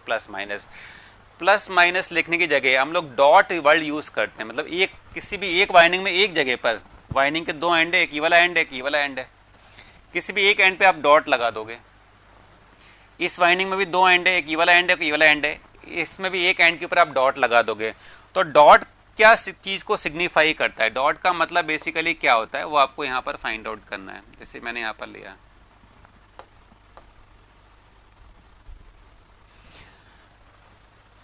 ठीक है। डॉट रिप्रेजेंट द, पहली पॉइंट आपको ध्यान रखना है, dot represent the same polity terminal, same polity के टर्मिनल को रिप्रेजेंट करता है। अगर मैंने यहां पर एक डॉट लगा दिया, ये वाला टर्मिनल क्या है, प्लस वाला टर्मिनल है, तो यहां पर भी प्लस वाले टर्मिनल के ऊपर आप डॉट लगाओगे। डॉट यानी मेरे को यहां पर डॉट लगाना पड़ेगा, ठीक है, ये डॉट हो गया। तो पहली बात आ गई कि dot represent the same polity terminal, यानी अगर ये प्लस है तो ये भी प्लस है, ये अगर सपोज करें ये माइनस है तो ये माइनस होगा। अगर मैं यहां पर चाहूं तो ये इन दो जगह पर डॉट लगा दूंगा, माइनस माइनस पे मैं डॉट लगा दूंगा, ठीक है। अब देखिए, जब आप इसको ऐसे बनाते हो, अगर मैं इसको सप्लाई दूं, इस तरह की सप्लाई दूं ना, प्लस माइनस, तो करंट यहां पर ऐसे फ्लो होती है I1। E1 क्या होता है, वोल्टेज को ड्रॉप करता है। E1 की वजह से करंट नहीं फ्लो होता, बल्कि इसकी वजह से वोल्टेज ड्रॉप होता है। यहां पर करंट कैसे फ्लो होगा, ये सोर्स है, सोर्स के प्लस वाले टर्मिनल से करंट बाहर जाएगी, I2 ऐसे आएगी, ठीक है। सोर्स के प्लस टर्मिनल से करंट बाहर आती है। यहां पर रियल में सोर्स की तरह काम करता है, खाली ये V1 ये इसके अपोज कर रहा है, वोल्टेज ड्रॉप को क्रिएट कर रहा होता है, ठीक है।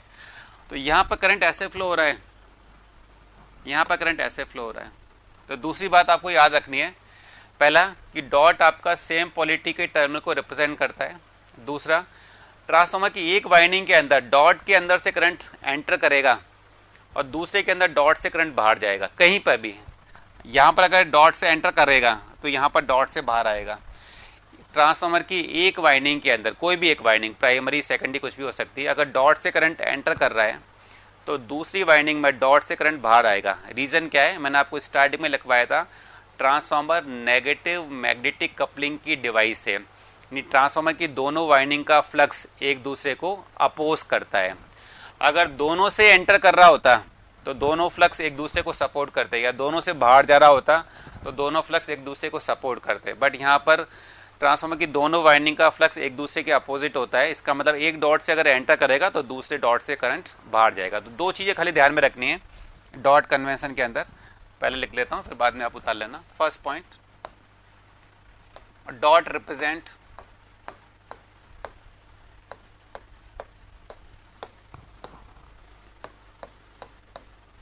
Same polity connection.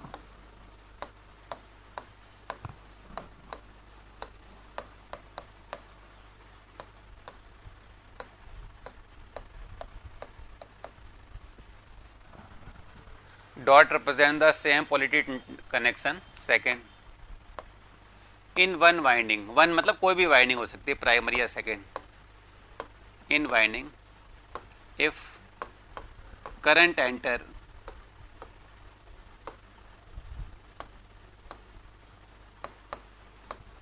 From one dot terminal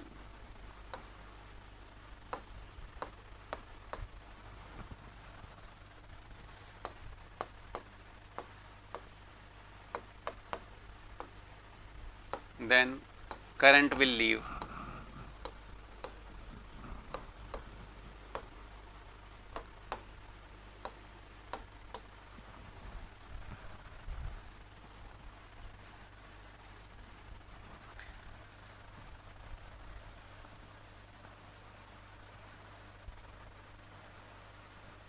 from one dot terminal, then in another winding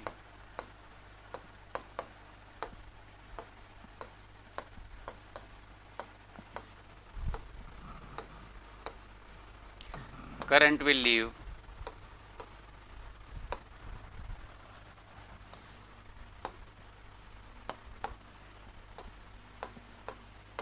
from dot terminal, एक में एंटर करेगा, दूसरे में डॉट से बाहर आएगा।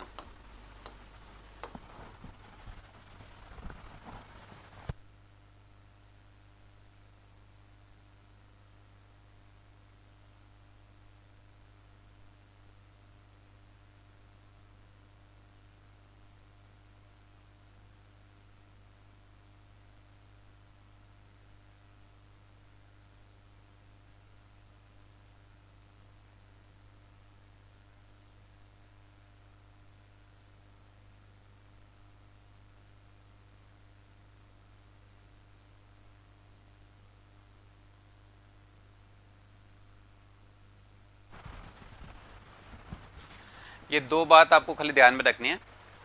डॉट आपका सेम पोलिटिकल टर्मिनल है, मतलब आप ये नहीं कि एक ही वाला है। आप जैसे मैं आपको यहाँ पे बता रहा हूँ, कोई भी आप लेके चलिए, जैसे ये आपका ट्रांसफार्मर है,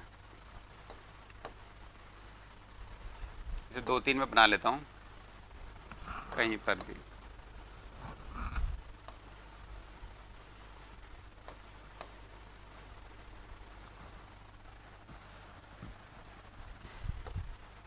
जैसे यहाँ पर 2 जगह डॉट लग रहा है, यहाँ पर यहाँ डॉट लगा दिया, देखो यहाँ पर यहाँ डॉट लगा दिया। तो डॉट का मतलब है सेम पॉलिटिकल टर्म है। सेम का मतलब ये नहीं कि हमेशा ये प्लस ही प्लस होगा, ये माइनस है तो ये माइनस भी हो सकता है। यहाँ पर ये नहीं पता लग रहा है कि डॉट का मतलब ये पॉजिटिव टर्मिनल है या नेगेटिव टर्मिनल है, खाली आपको ये पता लग रहा है कि डॉट वाला टर्मिनल आपका सेम टर्मिनल होगा। अब अगर आपको यहाँ पर ये बता दिया कि ये प्लस वाले इधर डॉट से करंट एंटर कर रहा है इसके अंदर, इसका मतलब इस वाले डॉट से फिर करंट बाहर निकल आएगा। कहीं पर भी हो सकता है, जरूरी नहीं कि प्राइमरी के अंदर ही एंटर कर रहे हैं, ठीक है। सपोज करिए यहाँ पर अगर डॉट से करंट बाहर आ रहा है तो यहाँ पर फिर डॉट से करंट एंटर करेगा। यहाँ पर अगर डॉट से करंट एंटर कर रहा था तो यहाँ पर डॉट से बाहर आ जाएगा। कहीं पर भी ये पॉसिबिलिटी होती है, ठीक है। डॉट का मतलब सेम पॉलिटी के टर्मिनल को ये रिप्रेजेंट करता है। इससे पहले वाली स्लाइड देना। डॉट का मतलब पॉजिटिव टर्मिनल नहीं है, ध्यान रखिए। डॉट का मतलब सेम पॉलिटी का टर्मिनल है। ये पॉजिटिव भी हो सकता है या नेगेटिव भी हो सकता है, कुछ भी हो सकता है।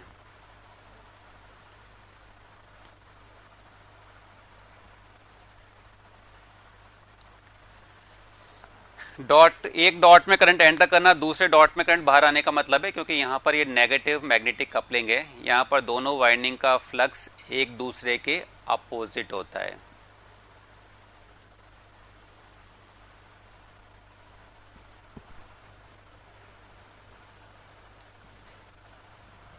नेक्स्ट स्लाइड में जाऊं।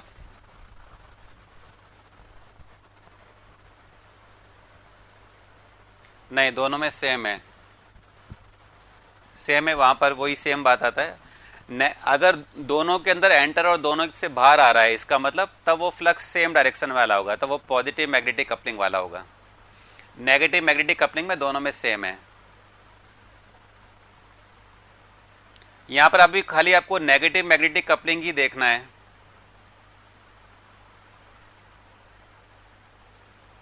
वहां पर हम लोग दोनों लेके चलते हैं, पॉजिटिव कपलिंग और नेगेटिव कपलिंग दोनों लेके चलते हैं।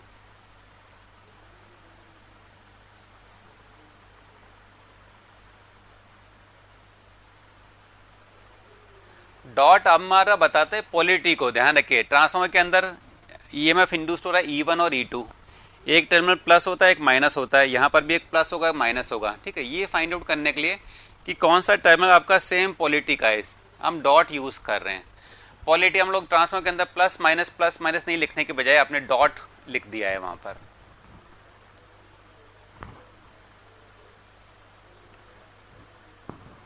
वरना आपको ऐसे लिखना पड़ता है ये प्लस है ये माइनस है, ये प्लस है ये माइनस है, ये आप नहीं लिख के आपने डायरेक्ट खाली डॉट बना दिया है।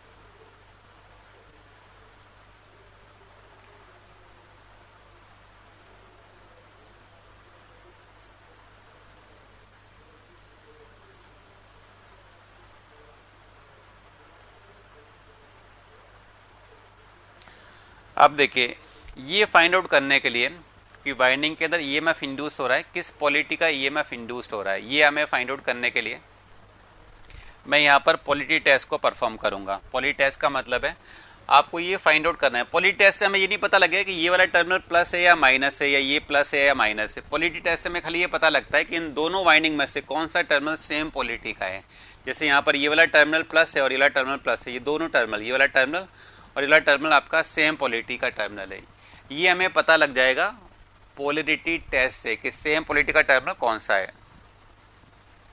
अभी भी अटक के चल रहा है।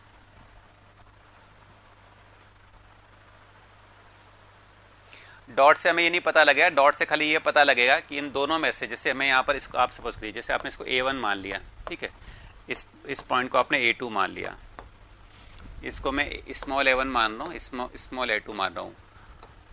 यहाँ पर खाली आपको ये पता लगेगा कि ये कैपिटल A1 और स्मॉल A2 ये सेम पोलिटी के टर्मिनल है। ये नहीं पता लगा कि प्लस है, ये हो सकता है माइनस भी हो, यहाँ पर ये नहीं पता लगता, खाली ये पता लग जाएगा कि सेम पोलिटी के टर्मिनल कौन से हैं।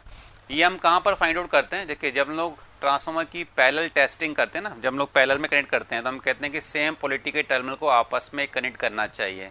तो आपको पता तो होना चाहिए कि कौन सा पोलिटी का टर्मिनल सेम है कौन सा नहीं है। आज अभी भी प्रॉब्लम आ रही है क्या?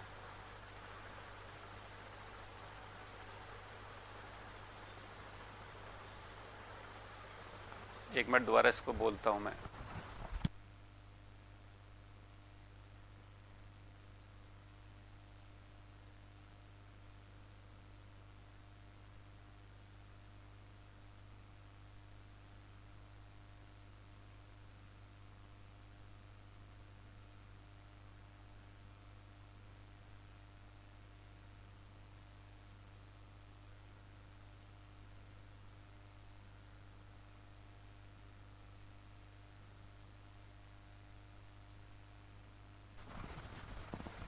अब देखिए अब शायद सही हो जाएगा।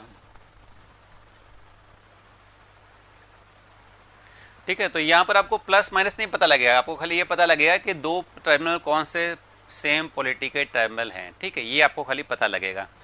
तो पोलिटी टेस्ट करते हैं ये फाइंड आउट करने के लिए कि सेम पोलिटी के टर्मिनल कौन से हैं। पोलिटी टेस्ट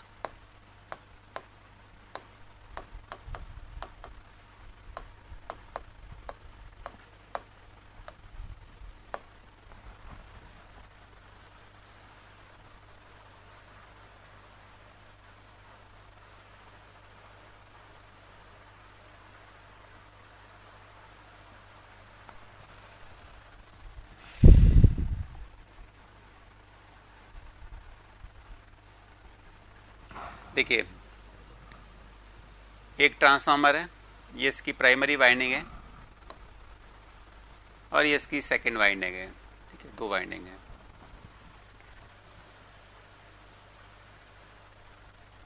अब यहां पर ये टर्मिनल को मैंने A1 मान लिया, इस टर्मिनल को मैं A2 मान रहा हूं,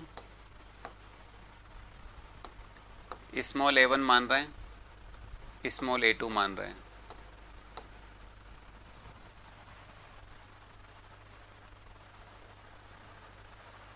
अभी सही हो गया? नहीं हो रहा, अभी भी दिक्कत आ रही है। अब सही हो गया होगा, देखिए दोबारा। ठीक है, अब हमें ये फाइंड आउट करना है कि A1 कैपिटल A1 और स्मॉल A1 ये दोनों सेम पोलिटी के टर्मिनल हैं, ये दोनों सेम पोलिटी के टर्मिनल हैं। भाई यही होगा या तो। ठीक है, या तो ये दोनों एक सेम पोलिटी के टर्मिनल होंगे या ये दोनों सेम पोलिटी के टर्मिनल यहाँ पर एग्जिस्ट करेंगे, ठीक है। तो यहाँ पर अब मैं ये देखना चाह रहा हूँ कि सेम पोलिटी के टर्मिनल यहाँ पर कौन से हैं। तो अब देखिए कैसे हम लोग फाइंड आउट करेंगे। सपोज करिए मैंने यहाँ पर एक सोर्स लगा दिया, एक वोल्टेज सोर्स लगा दिया V1 मैंने यहाँ पर अप्लाई कर दिया। क्या होगा, करंट फ्लो ना स्टार्ट हो जाएगा, करंट फ्लो होगा। करंट फ्लो होगा तो फ्लक्स बनेगा, नो डाउट। बीच में कोर होगा, कोर के अंदर फ्लक्स बनेगा, और जब फ्लक्स बनेगा तो ईएमएफ इंड्यूस होगा प्राइमरी के अंदर और सेकेंडरी के अंदर। तो प्राइमरी में ईएमएफ इंड्यूस्ड हो गया E1, सेकेंडरी में ईएमएफ इंड्यूस्ड हो गया E2, ठीक है। दोनों में फ्लक्स बन जाएगा, ईएमएफ इंड्यूस हो जाएगा E1 और E2, ठीक है। इसमें से एक टर्मिनल प्लस होगा, एक माइनस होगा। यहां पर भी एक प्लस होगा और एक माइनस होगा, ठीक है। एक प्लस एक माइनस। अब ये फाइंड आउट करने के लिए कि कौन से टर्मिनल, ये दोनों सेम पोलिटी के टर्मिनल है या ये दोनों सेम पोलिटी के टर्मिनल है, ये फाइंड आउट आपको करना है। आपने यहां पर क्या किया, देखिए हमने यहां पर क्या किया कि ये कोई भी दो एंड को आपस में कनेक्ट कर दिया, शॉर्ट सर्किट कर दिया। मैंने A2 और स्मॉल a2 को मैंने शॉर्ट सर्किट कर दिया, ठीक है। और बाकी के दो टर्मिनल के बीच में मैंने एक वोल्ट मीटर लगा दिया, बाकी के दो टर्मिनल के बीच में मैंने वोल्ट मीटर लगा दिया, ठीक है। कोई भी दो एंड को आपस में कनेक्ट कर दिया और इन दो एंड के बीच में आपने वोल्ट मीटर लगा दिया। अब ये वोल्ट मीटर आपको क्या बताएगा, ये वोल्ट मीटर बताएगा इन दो टर्मिनल के बीच का वोल्टेज कितना पोटेंशियल डिफरेंस है, ठीक है। आवाज भी अटक रही है, क्या करें, तो आज खत्म करें क्या, अगर प्रॉब्लम आ रही है तो ज्यादा। एक बार दोबारा उनको बोल देता हूं।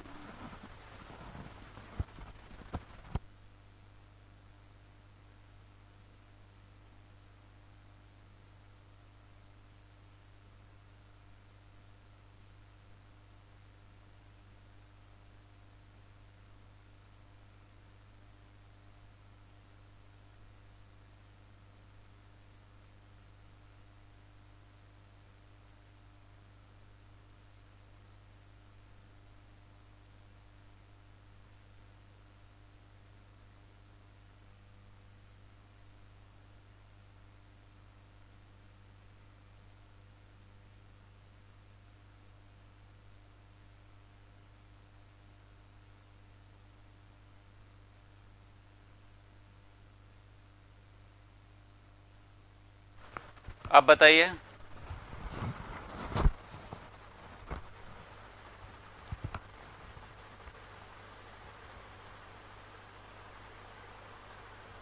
अभी भी आपका लैग कर रहा है, आवाज आ रही है?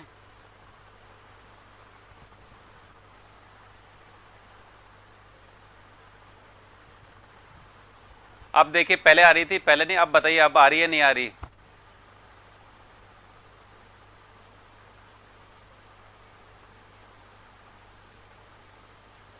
कुछ लोगों के सही आ रहा है, कुछ लोगों के प्रॉब्लम, ये कैसे पॉसिबल है?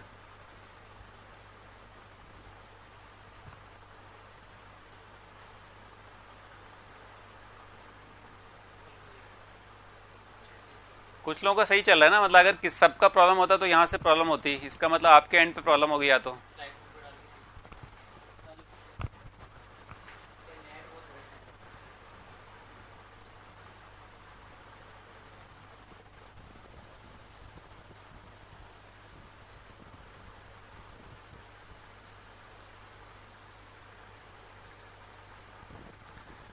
अच्छा एक काम करते हैं, अभी 10-15 मिनट एक बार और देख लेते हैं, अगर नहीं होता रिजॉल्व इश्यू तो फिर इसको आज को ख़त्म करते हैं, ठीक है।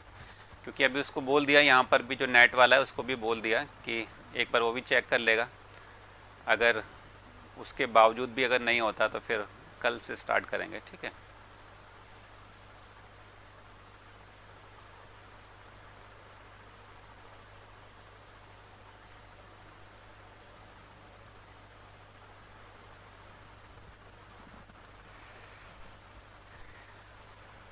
ओके ठीक है।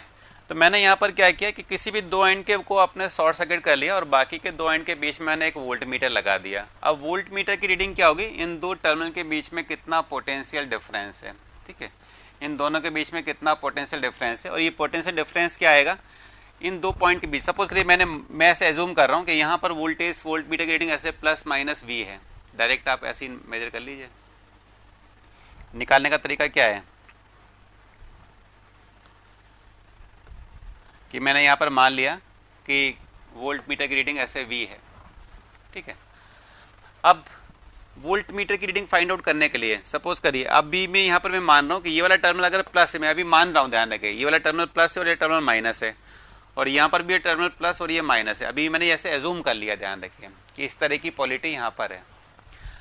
अब अगर मैं यहां पर एक केवीएल लगाता हूं इस तरह, एक क्लोज लूप के अंदर आप केवीएल लगा सकते हैं, क्लोज लूप बन जाएगा, क्लोज लूप के अंदर आपने केवीएल लगा दिया, ठीक है।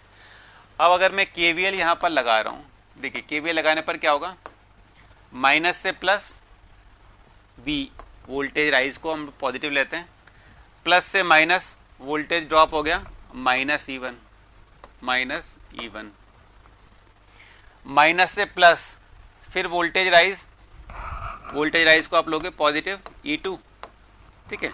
प्लस से माइनस गए तो माइनस E1 और माइनस से प्लस गए तो प्लस E2 हो गया, यहां पर वापस आ गए इक्वलेंट टू 0। तो वोल्ट मीटर की जो रीडिंग आपको मिलेगी वो E1 माइनस E2 मिलेगी, E1 माइनस E2 इस कंडीशन के अंदर, ठीक है।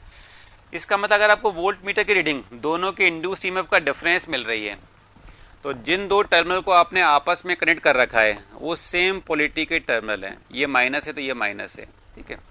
अगर आपको वोल्ट मीटर की रीडिंग E1 माइनस E2 मिलती है तो जिन दो टर्मिनल को हमने आपस में कनेक्ट किया हुआ है वो सेम पोलैरिटी के टर्मिनल है। जैसे सपोज करिए ये आपको E1 E2 तो पता होगा, E1 E2 आपकी ट्रांसफार्मर की रेटिंग है। जैसे मैंने आपको बताया था अगर आपके पास में एक 3300/220 वोल्ट का ट्रांसफार्मर है तो ट्रांसफार्मर की रेटिंग इंड्यूस्ड ईएमएफ होता है, मतलब ये E1 है और ये E2 है, ठीक है।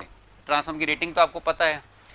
अगर मैंने कोई भी दो पॉइंट को आपस में शॉर्ट सर्किट किया और बाकी के दो पॉइंट के बीच में एक वोल्ट मीटर लगा दिया, और अगर ये रीडिंग आपको मिल रही है, इन दोनों का डिफरेंस कितना हो जाएगा 3180,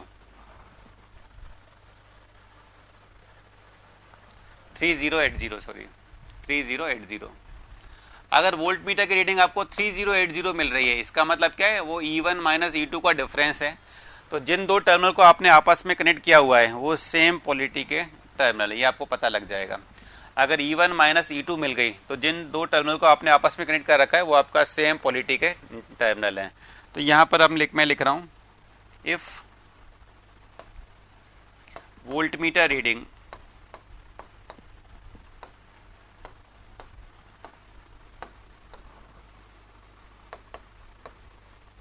is E1 minus E2, then connected terminal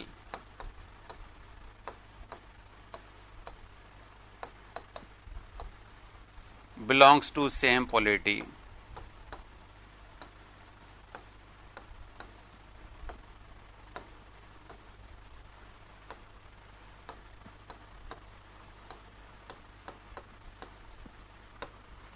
connected terminal same polarity को बिलोंग करते हैं। अब तो लैग नहीं कर रहा होगा क्योंकि मेरे को दिख रहा है इस स्क्रीन के अंदर, अब तो सही आ रहा है, पहले बीच में लैग दिख रहा था।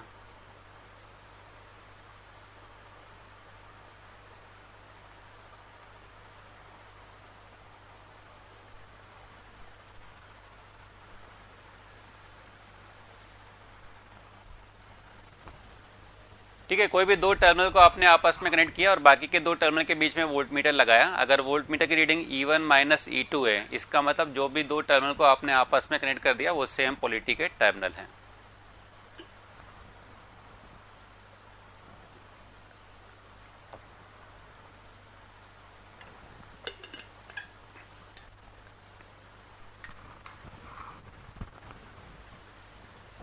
अगर कुछ लोगों के हो रहा है, इसका मतलब वो आपके एंड पे प्रॉब्लम हो सकती है। अगर कुछ लोगों के हो रहा है तो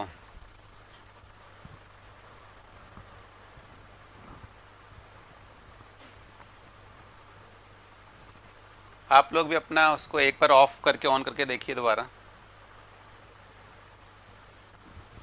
ठीक है। अब सपोज करिए अगर ऐसे दो टर्मिनल को आपने आपस में कनेक्ट किया, वो सेम पोलैरिटी का नहीं थे, तब उस कंडीशन में क्या होगा? नहीं, हम मैंने यहां पर कर लिया, अमन ने रीस्टार्ट कर दिया, अब आप लोग यहां पर करके देख लीजिए। अगर मानो ज़्यादा दिक्कत आती है तो मेरे को बता दीजिए, फिर अगर नहीं समझ में आ रहा तो कोई मतलब नहीं है, तो फिर हम लोग फिर कल कंटिन्यू करेंगे, अगर ऐसा दिक्कत आ रही है तो।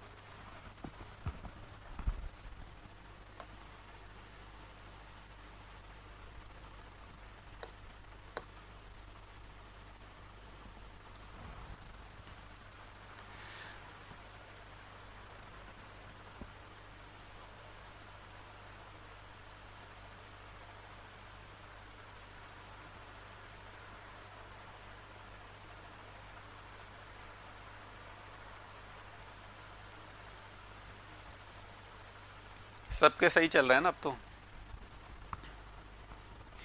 ओके, देखिए सपोज करिए अगर ऐसा नहीं हो रहा, हमने दो टर्मिनल को, अपोजिट टर्मिनल को एक साथ कनेक्ट कर दिया। मैंने यहाँ पर एक वोल्ट मीटर लगाया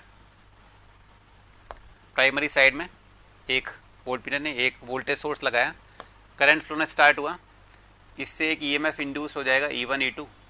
जस्ट मैं मान रहा हूँ कि इस पॉलिटी का ईएमएफ इंड्यूस हो रहा है E1, और यहाँ पर अब मैं इसको प्लस मान लेता हूँ, इसको माइनस मान लेता हूँ, ठीक है। उससे क्या होगा, यहाँ पर अब देख रहे हैं, पहले दोनों प्लस माइनस लिए थे, अब मैंने यहाँ पर प्लस माइनस ले लिया, इसको माइनस प्लस ले लिया, ठीक है। अब हम पहले की तरह करें, अगर दो टर्मिनल को हम लोग आपस में कनेक्ट कर दें, इन दो टर्मिनल को मैंने आपस में कनेक्ट कर दिया, और बाकी के दो टर्मिनल के बीच में आपने एक वोल्ट मीटर लगा दिया, और वोल्ट मीटर की रीडिंग आप देख रहे हैं कि वोल्ट मीटर की रीडिंग कितनी आ रही है, what is the reading of volt meter, कितनी रीडिंग यहाँ पर आएगी। तो सपोज करिए मैंने मान लिया कि वोल्ट मीटर की रीडिंग V आ रही है, जैसे मैं मान रहा हूँ ऐसे, और यहाँ पर मैं एक KVL लगा देता हूँ, कितनी आएगी अभी हम चेक कर लेते हैं। तो KVL अगर मैंने यहाँ पर लगाया, KVL अगर मैं यहाँ पर लगा रहा हूँ, देखिए माइनस से प्लस V, ये आ गया V, प्लस से माइनस वोल्टेज ड्रॉप हो रहा है तो माइनस E1, और यहां पर फिर वापस से प्लस से minus minus E1 is equal to 0। यहां पर वोल्ट मीटर की रीडिंग आ गई है E1 प्लस E2। अगर वोल्ट मीटर की रीडिंग आपको E1 प्लस E2 आ रही है, इसका मतलब जिन दो टर्मिनल को आपने आपस में कनेक्ट किया हुआ है वो अपोजिट पोलैरिटी के टर्मिनल हैं। और इससे पहले हमने देखा था अगर वोल्ट मीटर की रीडिंग E1 माइनस E2 आती है तो जिन टर्मिनल को आपने आपस में कनेक्ट कर रखा था वो आपके सेम पोलैरिटी के टर्मिनल थे। अगर E1 माइनस E2 आ रही है, इसका मतलब आपने अपोजिट पोलैरिटी के टर्मिनल को आपस में कनेक्ट कर रखा है। जैसे अगर ये वाला ट्रांसफार्मर है 3300/220, अगर आपको वोल्ट मीटर की रीडिंग दोनों का सम आ रही है, नहीं 3520 आ रही है, इसका मतलब जिन भी दो टर्मिनल को आपने आपस में शॉर्ट सर्किट कर रखा है वो आपके अपोजिट पोलैरिटी के टर्मिनल है। अभी भी रुक रहा है कुछ लोगों का।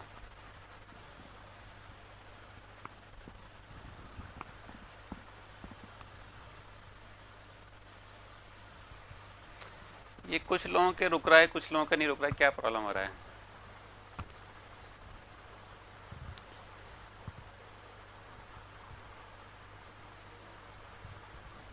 क्योंकि यहाँ पर जैसे मेरे को अब स्क्रीन पे दिखता है तो स्क्रीन पे एकदम सही दिख रहा है।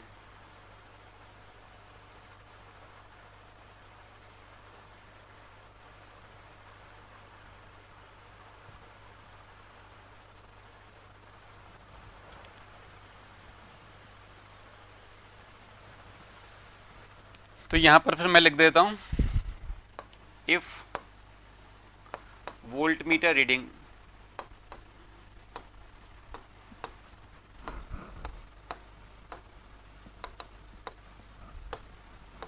E1 plus E2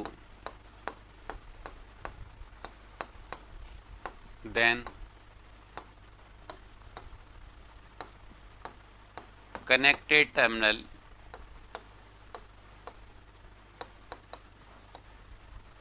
belongs to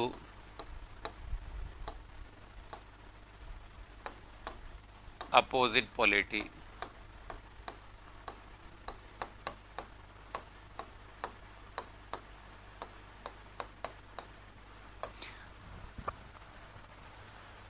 opposite polarity को अगर हम लोग कर रहे हैं तब आपको इन दोनों को ऐड मिलेगा, ठीक है, तब आपको इन दोनों का ऐड मिल रहा है, यहाँ पर दोनों का सम मिल रहा है।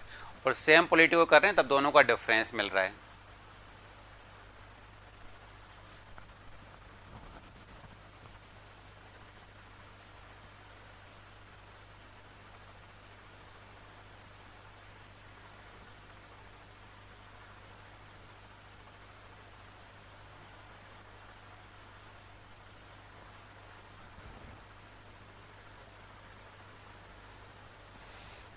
अब सब कुछ कोरोना के जाने के बाद ही आएगा, जो भी वैकेंसी आएगी सब कोरोना के जाने के बाद आएगी।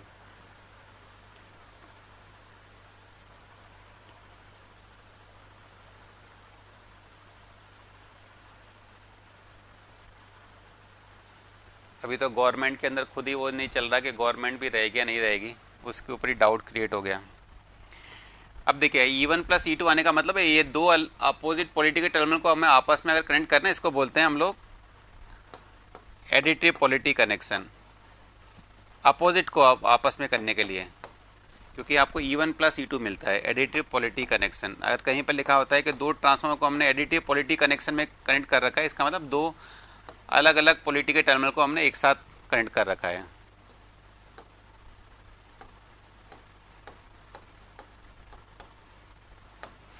और सेम पॉलिटिकल टर्मिनल को आपस में कनेक्ट करने का मतलब है E1 माइनस E2, इसको बोलते हैं subtractive polity connection. Subtractive polity connection.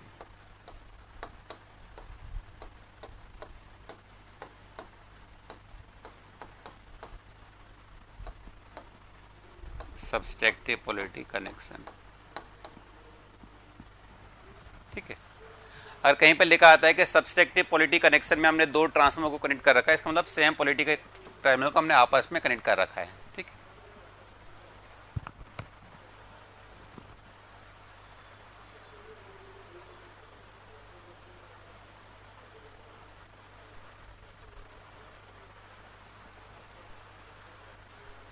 ये 10th वाली स्लाइड है, ये लिखिए, उसके बाद 11th स्लाइड करिए, फिर हम लोग मूव करते हैं। पॉलिटी टेस्ट अगर आपको आ गया, एक एग्जाम्पल, एक न्यूमेरिकल भी ले लेते हैं इसका छोटा सा, उसके बाद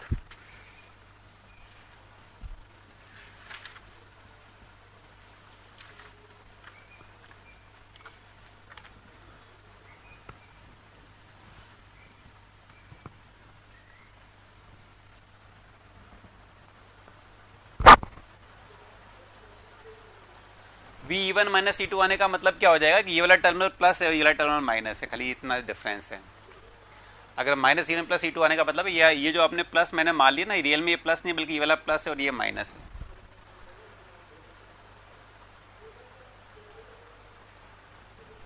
लिख लिया, ये इसको लिखिए।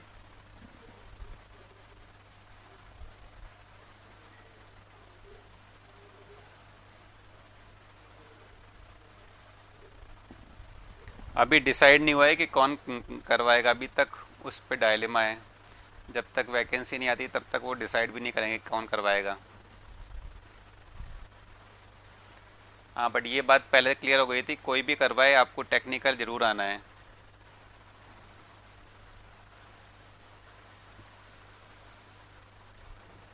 हो गया ये?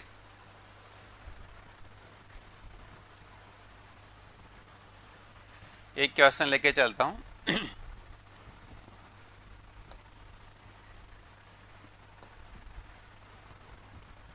एक 3 वाइंडिंग का ट्रांसफार्मर है, primary winding, secondary winding, 3 winding को हमने ऐसे कनेक्ट कर दिया आपस में।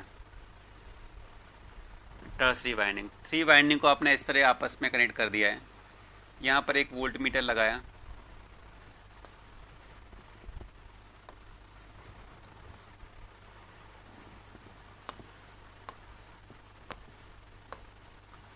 एक डॉट टर्मिनल यहां पर लगा रखा है, एक डॉट टर्मिनल ये दे रखा है, एक डॉट टर्मिनल यहां पर दे रखा है, ये वोल्ट मीटर दे रखा है।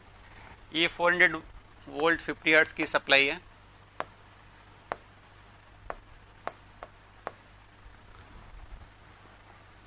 वाइंडिंग की रेटिंग दे रखी है 400/200/200 वोल्ट का ट्रांसफार्मर है। ये ट्रांसफार्मर की रेटिंग है 400/200/200 वोल्ट का ट्रांसफार्मर। यानी अगर यहाँ पर नंबर ऑफ टर्न 400 है तो यहाँ पर 200 है, यहाँ पर 200 है, मतलब 4/2/2 का इसका टर्न रेशियो है, ठीक है। आपको बताना है what is the reading of volt meter. Volt meter की रीडिंग क्या है?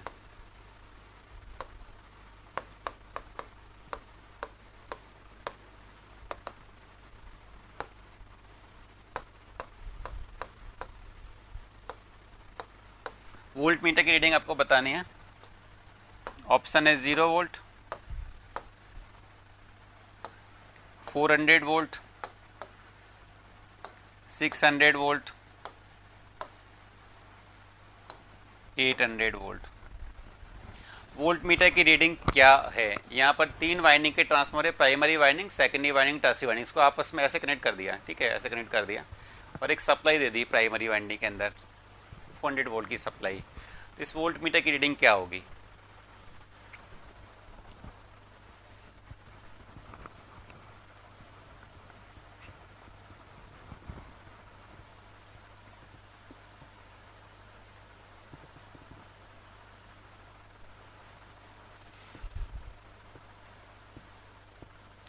शुभम बता रहे हैं 0 वोल्ट रहेगी, राहुल के अकॉर्डिंग 0 वोल्ट, डिम्पल के अकॉर्डिंग 400 वोल्ट,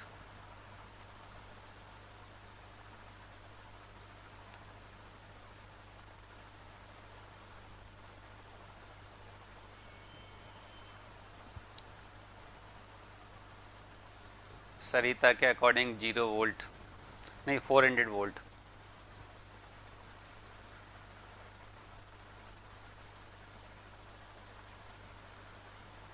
अजीत के अकॉर्डिंग 400, आयुष के अकॉर्डिंग भी 400, वंदना और क्रिस के अकॉर्डिंग, वंदना के अकॉर्डिंग 400, क्रिस के अकॉर्डिंग 0, पूर्णिमा 400, रुखसार 400, श्रवण 400। देखिए, अगर आप इस तरह का कोई क्वेश्चन आया है तो आपको वोल्ट मीटर की रीडिंग क्या बताएगा? इन दो पॉइंट के बीच में कितना वोल्टेज है, इन दो पॉइंट जहां पर लगा रखा है, जिन दो टर्मिनल के बीच में आप वोल्ट मीटर लगाते हो, उन दो टर्मिनल के बीच में कितना पोटेंशियल डिफरेंस आ रहा है, ये आपको बताना है, ठीक है। तो अगर आप देखिए, मैंने यहाँ पर मान लिया कि ये ऐसे वोल्ट मीटर की रीडिंग V है, मैंने ये मान लिया है। मानेगा तो अगर नेगेटिव आता है ना, तो ये रियल में जो आपने प्लस माना है वो माइनस होगा और माइनस वाला प्लस होगा, बाकी और कोई डिफरेंस नहीं है, ठीक है। अगर नेगेटिव आ जाता है तो खाली आपने जो चीज माइनस मान रखी थी वो प्लस है, प्लस को माना था वो माइनस मान रखा है। अब कोई भी क्लोज पाथ लीजिए, जब भी आपको कोई वोल्टेज निकालना है तो आप कह रहे हैं क्लोज पाथ लीजिए, क्लोज पाथ के अंदर KVL लगा दीजिए। पहले आप यहाँ पर देखिए, ये आपने प्राइमरी वाइंडिंग को सप्लाई दी, कहीं पर भी रेजिस्टेंस और रिएक्टेंस नहीं दे रखे हैं, इसका मतलब V1 और E1 सेम हो जाएगा। तो यहाँ पर ये वोल्टेज आपका जितना आप वोल्टेज लगा रखा था 400 का 400 ही लेके चलेंगे इसको, ठीक है। अगर ये 400 है तो ये कितना हो जाएगा 200,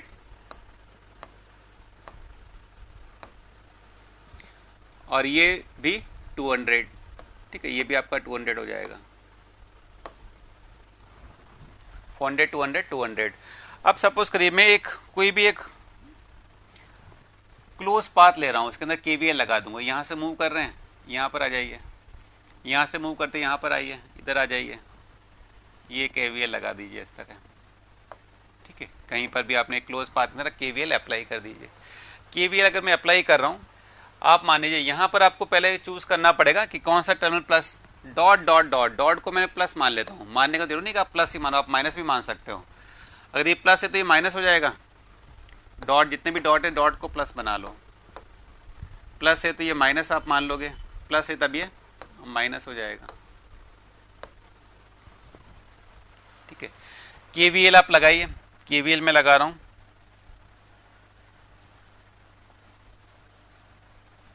KVL लगा दीजिए खाली, माइनस से प्लस V, माइनस से प्लस 200, माइनस से प्लस फिर अगेन प्लस 200, ठीक है।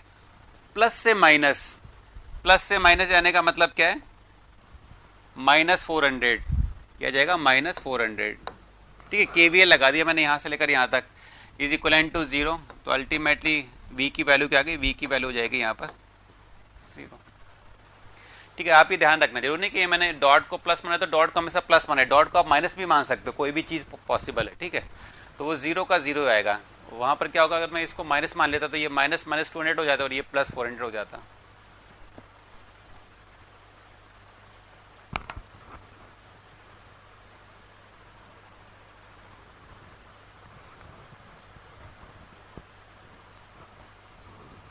क्लियर है?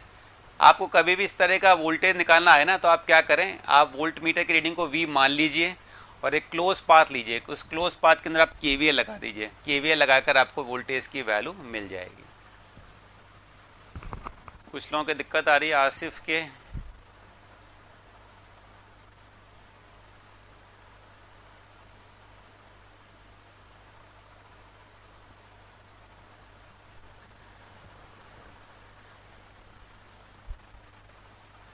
आप लोग ज़्यादा रूरल एरिया में तो नहीं है, वहां पर नेट की प्रॉब्लम हो कहीं?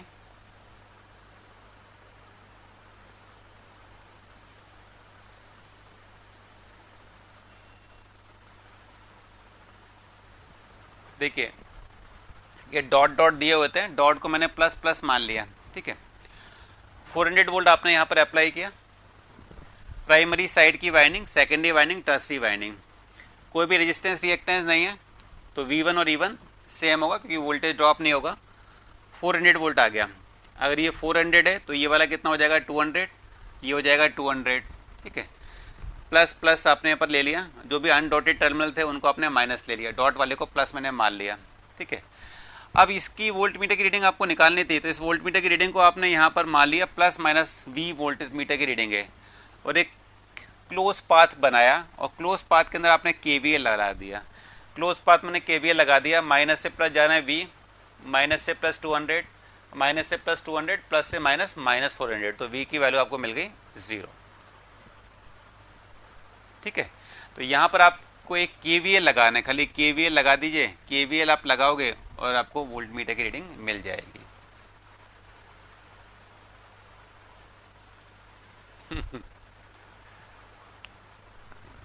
ये आज तो बहुत प्रॉब्लम कर रहा है।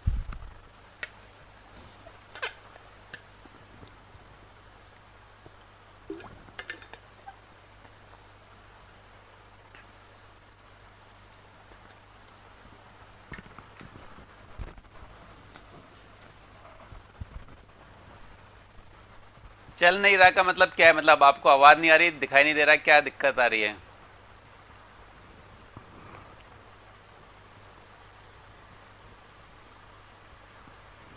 एक बार मैं उनसे दोबारा पूछ लेता हूँ, अगर कुछ हो सकता है तो, नहीं तो फिर खत्म करते हैं, अगर आज में दिक्कत आ रही है तो।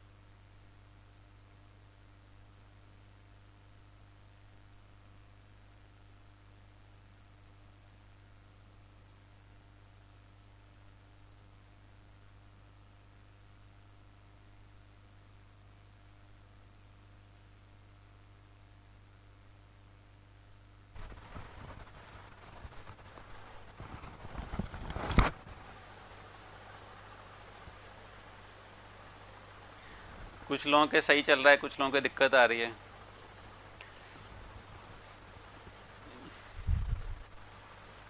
मैं आपसे पूछ रहा हूँ, जिन लोगों की प्रॉब्लम आ रही है वो ज्यादा रूरल एरिया में है क्या?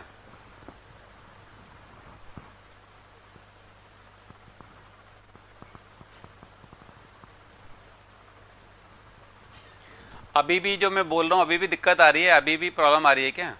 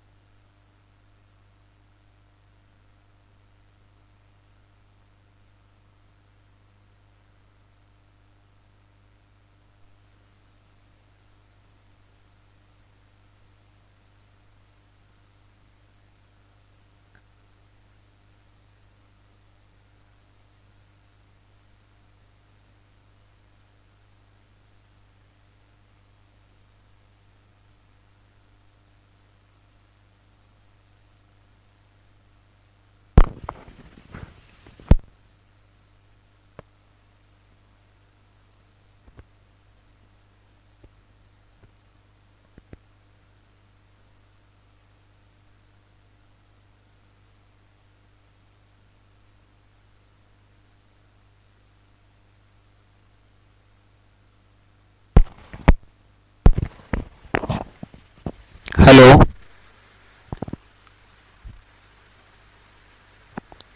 आ गई आवाज?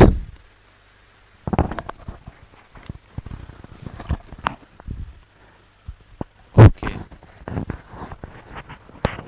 वीडियो लैग कर रहा है अभी भी?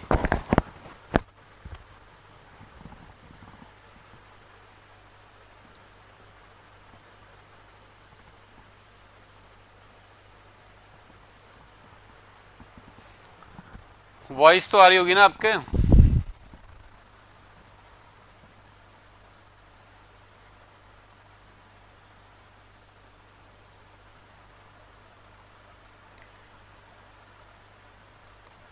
क्या प्रॉब्लम है?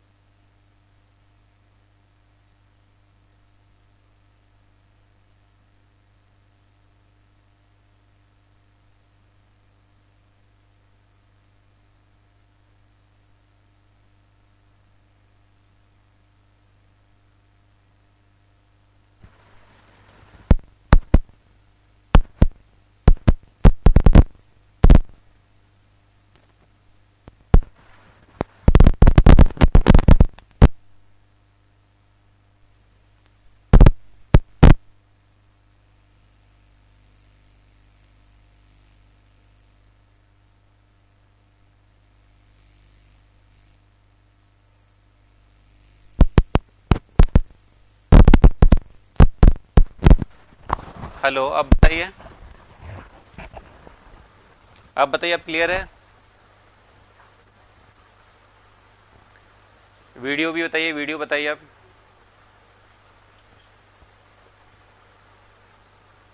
वीडियो क्लियर आ रहा है अब?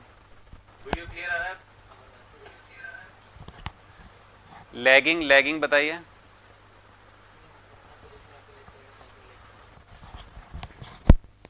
चलिए अब स्टार्ट करते हैं।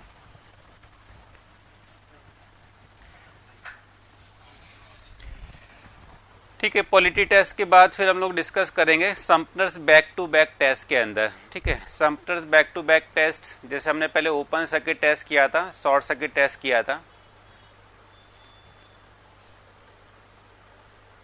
अब तो क्लियर आ रहा है, मेरे को दिख रहा है ना यहाँ पर, वीडियो कोई लैग नहीं कर रहा है। ठीक है, सम्पनर्स बैक टू बैक टेस्ट का मतलब होता है कि ओपन सर्किट टेस्ट और शॉर्ट सर्किट टेस्ट का ये कॉम्बिनेशन है, यानी दोनों टेस्ट को हम लोग एक साथ कर रहे हैं।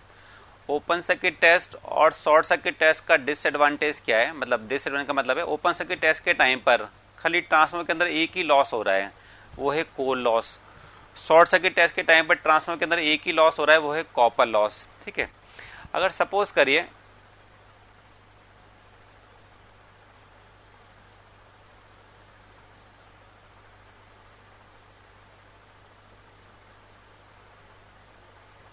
लैग नहीं हो रहा भाई, मेरे सामने वीडियो यहाँ पर है, आप कहीं पर लैग नहीं दिख रहा है।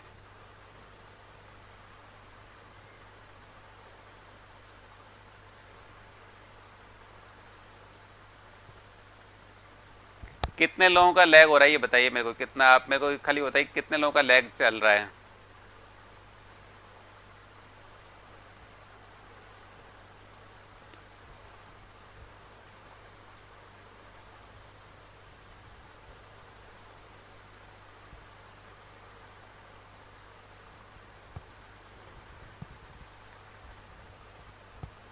दो तीन लोगों का नहीं चल रहा है ना, बाकी सब लोगों का चल रहा है।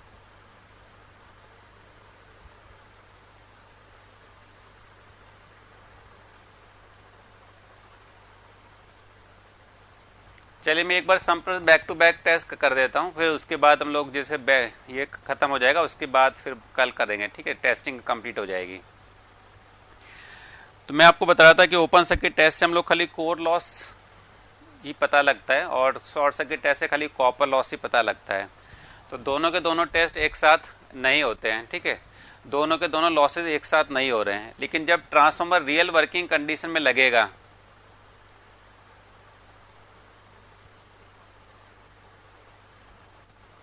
एक सेकंड,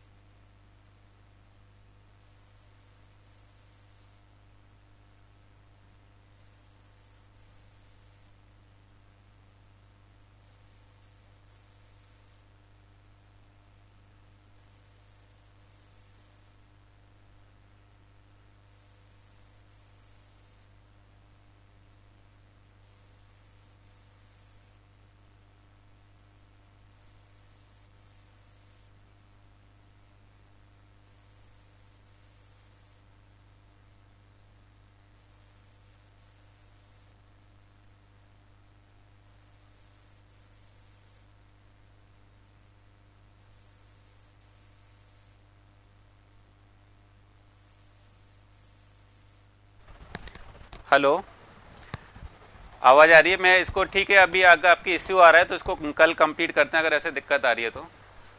ठीक है, ठीक है, इसको कल कंप्लीट करेंगे।